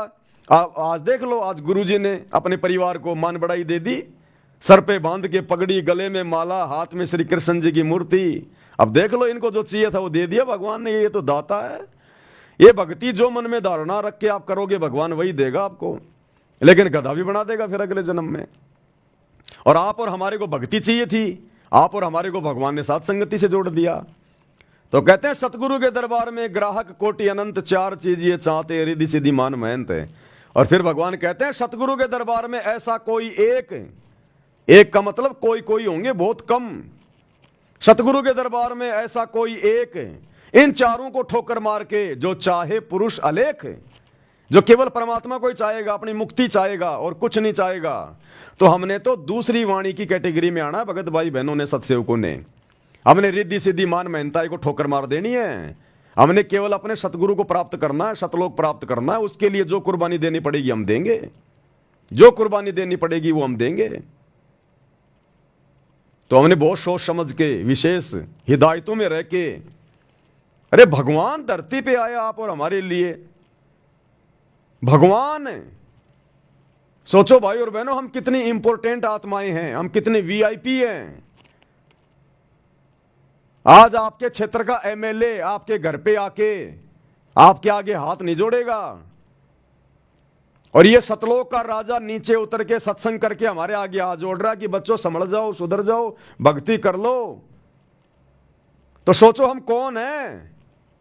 सतलोक का राजा हमारा बाप, वो शहंशाह जगत सेठ, आप और हमारे लिए, हम आत्माओं के लिए सतलोक से चल के आ गया। तो हम कौन हैं। यहां के राजा महाराजा तो हमारे नाखून के बराबर भी नहीं है। ये वर्तमान में खाते पीते घूमते दिखाई दे रहे हैं, अगला जन्म इनका गधे का है। तो इस संसार की सर्वश्रेष्ठ आत्माएं हैं, भले हम चाहे गरीब है, निर्धन है, काले कलूटे, लूले लंगड़े, ठिगणे, कैसे भी है। ये हमारा सौभाग्य। परमात्मा ने जिस भगत को जिस सांचे में डाला हुआ है, जिस घर में, जिस माहौल में, जिस परिस्थिति में उसको डाला हुआ है, वो परमात्मा ने उसको अपनी तरफ से बिल्कुल परफेक्ट बना के डाला हुआ है। तो जब भगवान ने हमारे को परफेक्ट बना के भेज दिया, चाहे काड़ा, चाहे लूला, चाहे लंगड़ा, चाहे गरीब, चाहे अमीर, तो हमने उस भगवान के द्वारा बनाए गए इस व्यवस्था में कोई दोष नहीं देखना।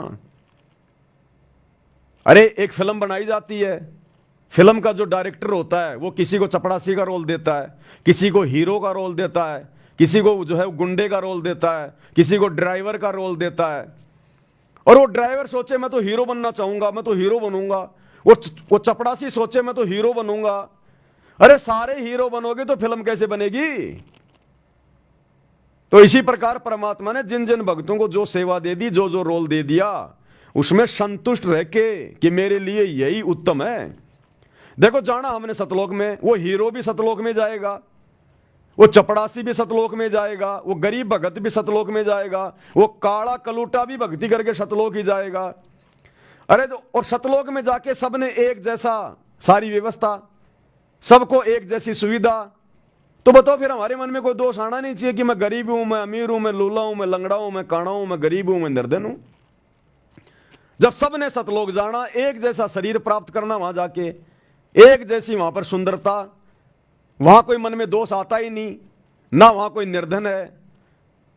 तो जब एक जैसी चीजें हमें जाने के बाद में मिलेंगी, सतलोक मिलेगा, मोक्ष मिलेगा, फिर यहां हम क्यों अपने मन को जो है मतलब कि उसमें लेके आए कि मैं ऐसा क्यों, मैं ऐसा क्यों। हमें तो खुश होना चाहिए कि अच्छा किया भगवान ने मुझे गरीब बना दिया, अच्छा हुआ भगवान ने मुझे लूला लंगड़ा बना दिया, नहीं तो पता नहीं मैं क्या बकवाद कर बैठता। अच्छा हुआ भगवान ने मुझे काला कलूटा बना दिया, नहीं तो मैं कितने लड़कियों के मैं जो अमल की वो कर्म बिगाड़ता। मुझे देख देख के लोग पता नहीं अपने मन में क्या क्या अमल के दोष पैदा करते, कितनी सुंदर है, वाह गजब। कितने लोग मेरी सुंदरता को देख के अपने वो कर्म फोड़ते। ये तो अच्छा हुआ भगवान ने मुझे काला कलूटा बना दिया, अच्छा हुआ भगवान ने मेरे को गरीब बना दिया। नहीं तो ये माया पता नहीं मेरे कहां कहां ये मेरे को कर्म फोड़ती। तो ये तो भगत ने खुश होना चाहिए कि मेरे परमात्मा ने भक्ति करवाने के मेरे को जानबूझ के इस व्यवस्था में रखा है। तो ये सतगुरु की व्यवस्था है। सतगुरु की शरण में आने के बाद भगत के साथ में जो भी होगा वो सतगुरु करेगा। ये सतगुरु तो एक सेकंड में मिट्टी को सोना बना दे। अरे गोरखनाथ जैसे 2 कोड़ी के जीव थोड़ी मोड़ी वो रिद्धि सिद्धि लेके और एक छोटे से पहाड़ को पूरा सोना बना दिया था उसने। हमारा सतगुरु अपने काले भगत को गोरा नहीं बना दे, 5 फुट के भगत को जो है मतलब 80 फुट का नहीं बना दे, ये तो लाख फुट का बना दे। लेकिन फिर हम भक्ति नहीं कर पाएंगे।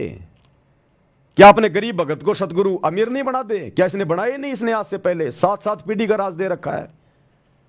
गरीब को निर्धन बना रखा है। सम्मन जैसों को, तैमूर लंग को 7 पीढ़ी का राज दिया। क्या ये परमात्मा पूरी धरती को सोना नहीं बना दे? फिर खाएंगे क्या? अरे पूरी धरती को भगवान अगर सोना बना दे, जब परमात्मा ने ये प्रकरण सुनाया कि पुण्यात्मा तुम इन छोटे मोटे साधु संतों को देख के डगमग मत होना। उस गोरखनाथ ने 2 कोड़ी के जीव ने थोड़ी मोड़ी और रिद्धि सिद्धि थी उसके पास में, इसी भगवान की भक्ति करके ली हुई थी और एक छोटे से पहाड़ को सोने का बना दिया अपनी शक्ति से। तो गुरुदेव ने बताया कि बच्चों तुम्हें तो वो परमात्मा प्राप्त है जो अनंत सिद्धियों का स्वामी है। गरीब सब पदवी के मूल हैं, सकल सिद्धि हैं तीर, और दास गरीब सतपुरुष बजो अविगत कला कबीर। तुम्हारा गुरु पहाड़ तो छोड़ो, पूरी पृथ्वी को सोना बना दे। लेकिन अगर पूरी पृथ्वी सोना बना दिया नालायक, खाओगे क्या? फिर अनाज कहां पैदा करोगे? इसलिए ये परमात्मा व्यवस्थाओं को बना के रखता है। एक सत्संग में गुरुदेव ने बताया कि बच्चों दूसरे को धन को देख के मन में दोष मत लाना। ये तुम्हारा वो भगवान है, तुम्हारा वो समर्थ सतगुरु है। अगर तुम अपने घर के दरवाजे खोलो, पूरा घर तुम्हारे को नोटों से भरा हुआ मिले, पूरा घर, लेकिन फिर तुम भक्ति नहीं कर पाओगे, फिर तुम बकवादों में उलझ जाओगे। इसलिए परमात्मा कहते हैं सुख के माथे पत्थर पड़े जो नाम हृदय से जाए, और बलिहारी उस दुख के ऊपर जो पल पल नाम रटाए। ये तो भगत ने खुद मांगना चाहिए कि भगवान मुझे ऐसी स्थिति में रखना। ये परमात्मा मेरे भाग्य में कोई सुख है जो मेरी भक्ति में बाधा उत्पन्न करने वाला हो, परमात्मा उसको कैंसिल कर देना। ये मीठा मीठा दर्द, ये मीठा मीठा दुख मुझे दिए रहना, ताकि तेरी याद में मेरी आंखों से आंसू निकलते रहें। मेरे भाव तेरे चरणों में जो है वो बने रहें, मेरी भक्ति बनी रहे। क्योंकि भाव और श्रद्धा के बिना भक्ति का कोई मोल नहीं है। अगर आंखों से आंसू नहीं निकले सतगुरु के प्यार में, सतगुरु की सेवा में, तो इस भक्ति का, नाम स्मरण का कोई मोल नहीं है। तो ये तो हमने खुद मांगना चाहिए अपने भगवान से। हम नहीं मांग पा रहे थे, हमें नहीं पता था, इसलिए भगवान ने जानबूझ के हमें उसी स्थिति में पैदा कर दिया। तो कहने का मतलब है हम जैसे भी हैं, जिस भी परिवार में हैं, चाहे किसी के संतान है या नहीं है, कोई धनी है या नहीं है, कोई सुंदर है या नहीं है, किसी के पास कोई सरकारी नौकरी है या नहीं है, कुछ भी है, कैसा भी है, सतगुरु ने भजन दे दिया, हम दुनिया के सबसे बड़े धनी हैं, सबसे बड़े सेठ हैं। और आवश्यकता पड़ेगी ये परमात्मा वो वस्तु दे देगा जो दुनिया का कोई राजा नहीं दे सकता। यहां पर ये परमात्मा वो चीज दे देगा हमें, और मोक्ष तो देगा ही देगा। तो कहने का मतलब है हमने अपने सतगुरु की रजा में राजी रहना है। कुत्ता हूं गुरुदेव का, पवन दास का नाम, गले प्रेम की जेवड़ी, झांके छोता जाऊं मैं। तो करो तो बावड़ूं, दूर दूर करो तो जाऊं, और जो राखूं त्यों ही रहूं, जो देवो सो खाऊं। जो राखूं त्यों ही रहूं, हमरा के चारा, और खाने जाद खरीद हूं मैं गुलाम तुम्हारा। ये परमेश्वर मैं तो आपका खरीदा हुआ गुलाम हूं, दास हूं, कुत्ता हूं। जो टुकड़े डालोगे परमात्मा उसी में संतोष करके खाऊंगा। कुत्ते को 2 रोटी की भूख है, और मालिक ने अगर उसको आधी रोटी डाल दी, वो आधी रोटी खा के सो जाएगा वहीं पे पूंछ हिला के। वो मालिक के साथ में डिमांड नहीं करेगा कि मुझे और दे, उसी में संतुष्ट होके सो जाएगा वो कुत्ता। ये कुत्ता का उदाहरण क्यों देते हैं गुरुदेव बार बार? कुत्ते में बहुत सारे गुण हैं, बहुत गुण हैं। अगर उसके आधे गुण भी अगर भगत अपने ऊपर धारण कर ले, सतलोक चला जाए। कुत्ते से बड़ा कोई स्वामी भगत नहीं होता, कुत्ते से बड़ा कोई स्वामी भगत नहीं होता। तो हम भक्तों ने उस कुत्ते की तरह गुरु भगत बनना है। कुत्ता हर हाल में संतुष्ट रहता है, एक रोटी टुकड़े के बदले पूरी जिंदगी पूंछ हिलाएगा, उसके चप्पल चाटेगा। कुत्ते को उसका मालिक अगर किसी कारण से मारता है, पीटता है, कुत्ता भौंकता नहीं उसके सामने, और कुत्ता विश्वास इतना करेगा अपने मालिक पे। अगर आपके घर में किसी के कोई पालतू कुत्ता वगैरह हो, आप देखना कभी उसको टेस्ट करके, एक लठ ले लो आप लंबा सा, और कुत्ता आपके सामने जमीन पे वो लेटा हुआ है, आप यूं लेके लठ एकदम से उसको मारने का प्रयास करो, यूं आदमी होगा ना भाग जाएगा वहां से, वो कुत्ता भागेगा नहीं, वो आंखें बंद करके यूं ही करेगा, यूं यूं यूं आंखें बंद करके यूं यूं, भागेगा नहीं। उसको विश्वास है कि ये तेरा मालिक है, मारेगा नहीं।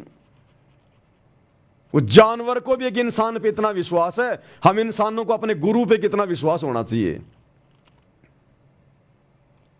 एक गुरु शिष्य कहीं जा रहे थे, रास्ते में रुक गए, पुराने समय की बात थी, एक धर्मशाला में रुक गए, सो गए।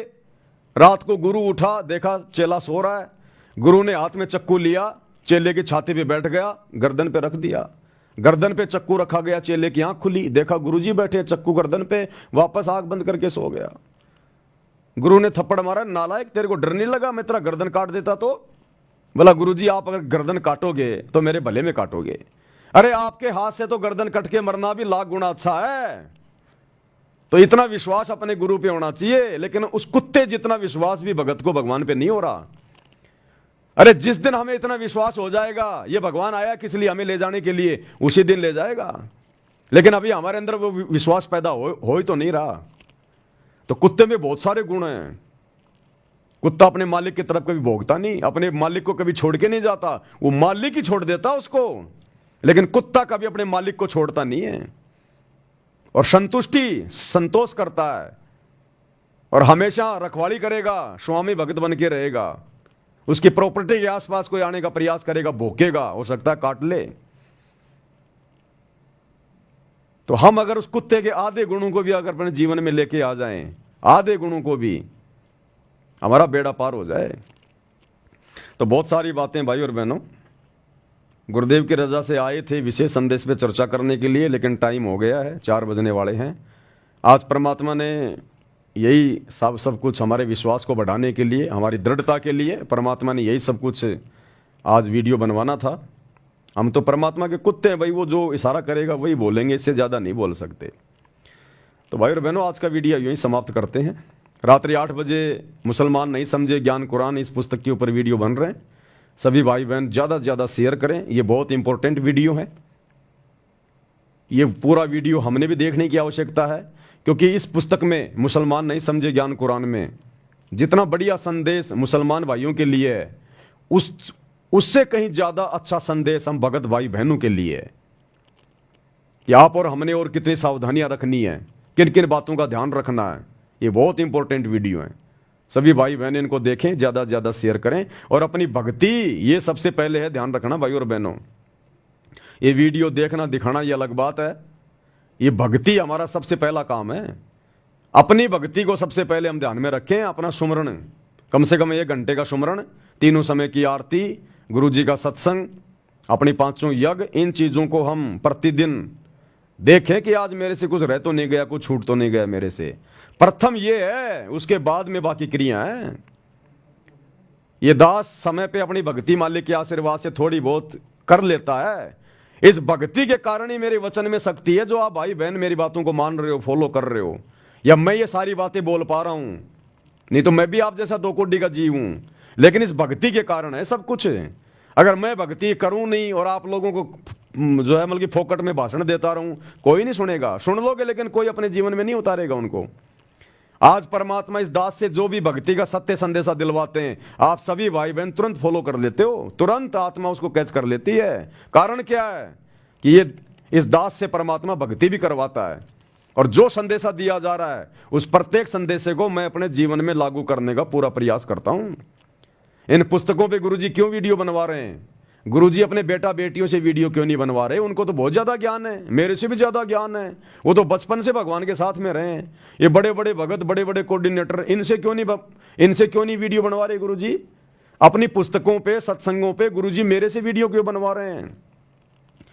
क्योंकि जो वीडियो बन चुके हैं इन पुस्तकों के ऊपर, और जो ज्ञान, जो आदेश गुरुदेव का उनमें है, पहले परमात्मा इस दास को उन सभी नियमों में रखते हैं। नहीं तो मैं ये वीडियो बनाने का अधिकारी नहीं हूं, और बना दिया तो मेरी बात कोई मानेगा नहीं, क्योंकि जो क्रिया मैं नहीं करूं और आपको दे रहा हूं, सुना रहा हूं, फिर आप कैसे उस पर यकीन करोगे? तो देख लो गुरुदेव की जितनी भी पुस्तकें हैं, कई हजारों वीडियो बन चुके हैं। इसका मतलब जो भी बात आप लोगों को बोली गई है, प्रत्येक बात पे परमात्मा दास को खरा उतारते हैं। वो सारी चीजें हम फॉलो करके बैठे हैं, तब जाके परमात्मा ने इस दास के मुंह से ये वीडियो बनवाने शुरू किए। नहीं तो परमात्मा किसी ऐसे अनधिकारी से वीडियो नहीं बनवाएंगे। अब मैं तुमसे कहूं कि सुबह की आरती ऐसे करनी चाहिए, वैसे करनी चाहिए, हैं, और मैं खाट में पड़ा पड़ा कर रहा हूं, मोबाइल में कर रहा हूं, घूमते फिरते कर रहा हूं। मजबूरी की बात अलग है कभी कभार, लेकिन वैसे मैं आपको कहता रहूं और मैं खुद में वो मतलब चीजें मैं ना करूं तो आप पे कोई असर नहीं होगा। और इसका जीता जागता प्रमाण है, मैं आपको बता देता हूं। हालांकि वो गलती दास से हुई नहीं है, लेकिन मैंने उसको हल्के में ले लिया। दास ने एक वीडियो बनाया था कि जब भी हम मोबाइल खोलेंगे 2 मंत्र का जाप करेंगे, जब भी हम यूट्यूब चलाएंगे 5 मंत्रों का जाप करेंगे, लेकिन वो दास नहीं कर पाया।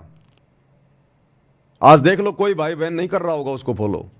अब आपको याद आया होगा कि हाँ भाई हम तो वो कर ही नहीं रहे, क्योंकि मुझे पता है इन बातों का। लेकिन दास ने एक बात कही थी, यदि हम सेवा के लिए मोबाइल खोल रहे हैं, हमारे को तुरंत मोबाइल खोलना पड़ रहा है, सेवा के लिए हमारे को तुरंत यूट्यूब को देखना पड़ रहा है, तो वहां मंत्र जाप करने की आवश्यकता नहीं है। यदि ये मन खाली है और बकवाद के लिए अगर यूट्यूब खोलना चाहता है तो हमने वहां मंत्र जाप करने हैं।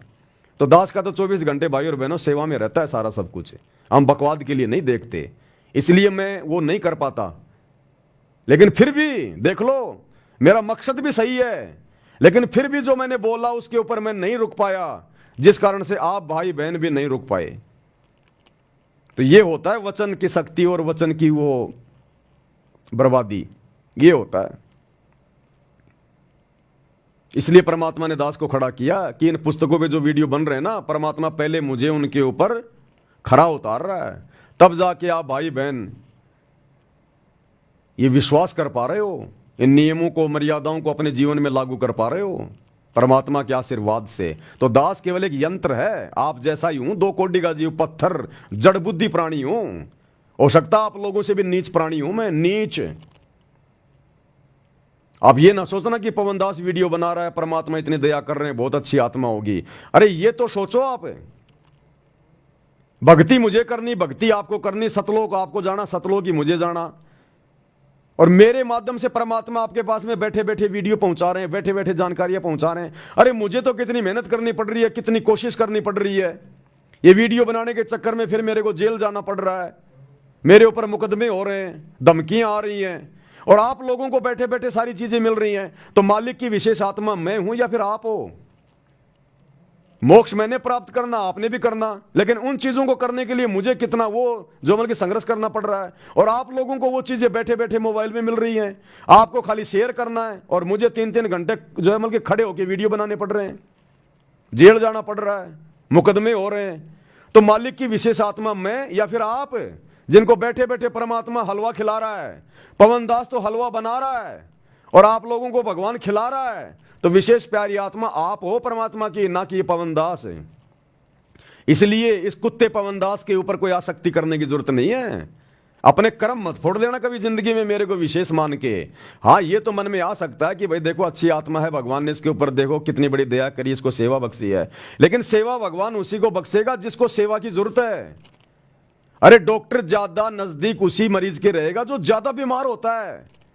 अब दूसरा मरीज सोचे कि ये डॉक्टर तो 24 घंटे उसी के साथ में रहता है, मेरे से तो प्यार ये करता ही नहीं, मेरे पास तो बार बार आता नहीं। अरे गधे, क्यों बुला रहा है डॉक्टर को बार बार अपने पास में?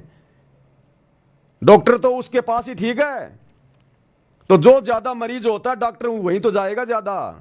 तो जो ज्यादा भक्तिहीन होगा गुरु उसी को तो ज्यादा सेवा देगा।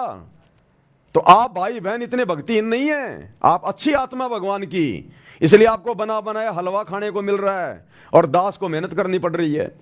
तो सर्वश्रेष्ठ आत्मा आप लोग हैं, ना कि पवन दास। इसलिए हमने किसी भगत पे आस्था नहीं रखनी है, अपने गुरु जी के चरणों में, कि जो भी कुछ करवा रहा मेरा गुरु करवा रहा है। अगर मेरा गुरु अपना आशीर्वाद ना दे, ये पवन दास 2 कोड़ी का गधा है, क्या कर लेगा? ये कुछ नहीं कर सकता। और ये रियलिटी है, हकीकत है ये। तो हर बात में अपने गुरु जी को सरे, अपने गुरु जी को महत्व। तब जाकर गुरु अपने चरणों में जगह देगा। ये परीक्षा हमारी होती है, ये परीक्षा चल रही है हमारी, हर प्रकार से ध्यान रखना, हर प्रकार से। ऐसा नहीं है कि उधर पहले मैनेजमेंट के चक्कर में फंसे हुए थे, कोऑर्डिनेटरों को महान मान रहे थे, गुरुजी के बेटा बेटी को महान मान रहे थे, इधर साथ संगति में आके पवन दास को महान मानने लग जाओ, फिर तो वही बात हो गई, आसमान से गिरे खजूर पे अटके लटके रह जाओगे फिर। हालांकि ऐसी गलती सत्संग को भाई बहन नहीं करेंगे, लेकिन दास का फर्ज है बोलने का, दास का फर्ज है कहीं कोई कचरा हो तो अपने दिमाग से निकाल दे।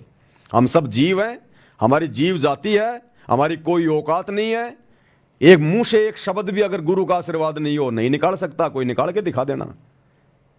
वो कहते हैं ना कि उस साहिब के हुक्म बिना नहीं तरवर पाते लंता। एक भाई ने ऐसा आ रहा था यूट्यूब पे, बोला उस साहिब के हुक्म बिना नहीं तरवर पाते लंता, कि उस अल्लाह की मर्जी के बिना पेड़ का पत्ता भी नहीं हिल सकता। यूट्यूब पे दास देख रहा था, एक वीडियो बनाया किसी ने कोई मजाक में, बोला अरे बोला भाई तू कह रहा था ना कि अल्लाह की मर्जी के बिना कोई पत्ता भी नहीं हिल सकता। एक हिंदू भाई था, मुसलमान को कह रहा था कि तुम कहते हो ना कि हमारे अल्लाह की मर्जी के बिना पेड़ का पत्ता भी नहीं हिल सकता। तो उस हिंदू भाई ने पेड़ पे चढ़ के जोर से पेड़ को हिला दिया, कई पत्ते नीचे भी गिर गए। बोला देख मैंने हिला दिया। उस नालायक को ये नहीं पता उस पेड़ पे चढ़ना और पेड़ के ऊपर चढ़ के पेड़ को हिलाना उस अल्लाह की मर्जी से हुआ है। ये भी उस खुदा की मर्जी थी, लिखा हुआ था ऐसा ही लिखा हुआ था। ये भी उसकी मर्जी से हुआ है, अन्यथा नहीं हो सकता। तो इसी प्रकार जो भी कुछ करने धरने वाला ये परमात्मा है, जीव केवल बिना ज्ञान के अपने कर्म फोड़ सकता है। तो भाई और बहनों, आप और हमारा सौभाग्य, गुरुदेव ने हमें सद्बुद्धि दी, साथ संगति से जोड़ा, अपने चरणों में बनाए हुए हैं। आप और हमने इस मेहरबानी को इसी प्रकार से बना के रखना, निरंतर आगे बढ़ना है। अब गलतियों की गुंजाइश नहीं है इस भक्ति मार्ग में। अब तो जिन जिन भक्तों ने जो गलतियां की हैं, जो कर दी हैं, अब तो उनके परिणाम भोगने बाकी हैं। अब देखना आने वाले समय में, ये 10 साल से आप और हम भगत भाई बहन जो साथ संगति से जुड़कर जो संघर्ष किया है, जो मर्यादा निभाई है, आप देखना इसका रिजल्ट हमें क्या मिलेगा। और आश्रमों से जुड़कर गुरुदेव के परिवार के पैर चाटकर, कोऑर्डिनेटरों के तलवे चाटकर उस नादान संगत ने जो मर्यादा तोड़ी है, अब देखना उनका क्या बुरा हाल होगा। अब पता चलेगा ये भक्ति है, कोई मजाक नहीं चल रहा था। अब देखना। तो भाई और बहनों, आज के वीडियो में केवल इतना ही। परमात्मा हम सबको आशीर्वाद दें, सद्बुद्धि दें। कल फिर से जुड़िएगा और रात्रि 8 बजे लाइव वीडियो में जुड़िएगा। परमेश्वर इसी प्रकार से हम सबको अपने चरणों में बनाए रखें। बंदी छोड़ सतगुरु रामपाल जी भगवान की जय हो। भाई जो गुरु बचन पे डट के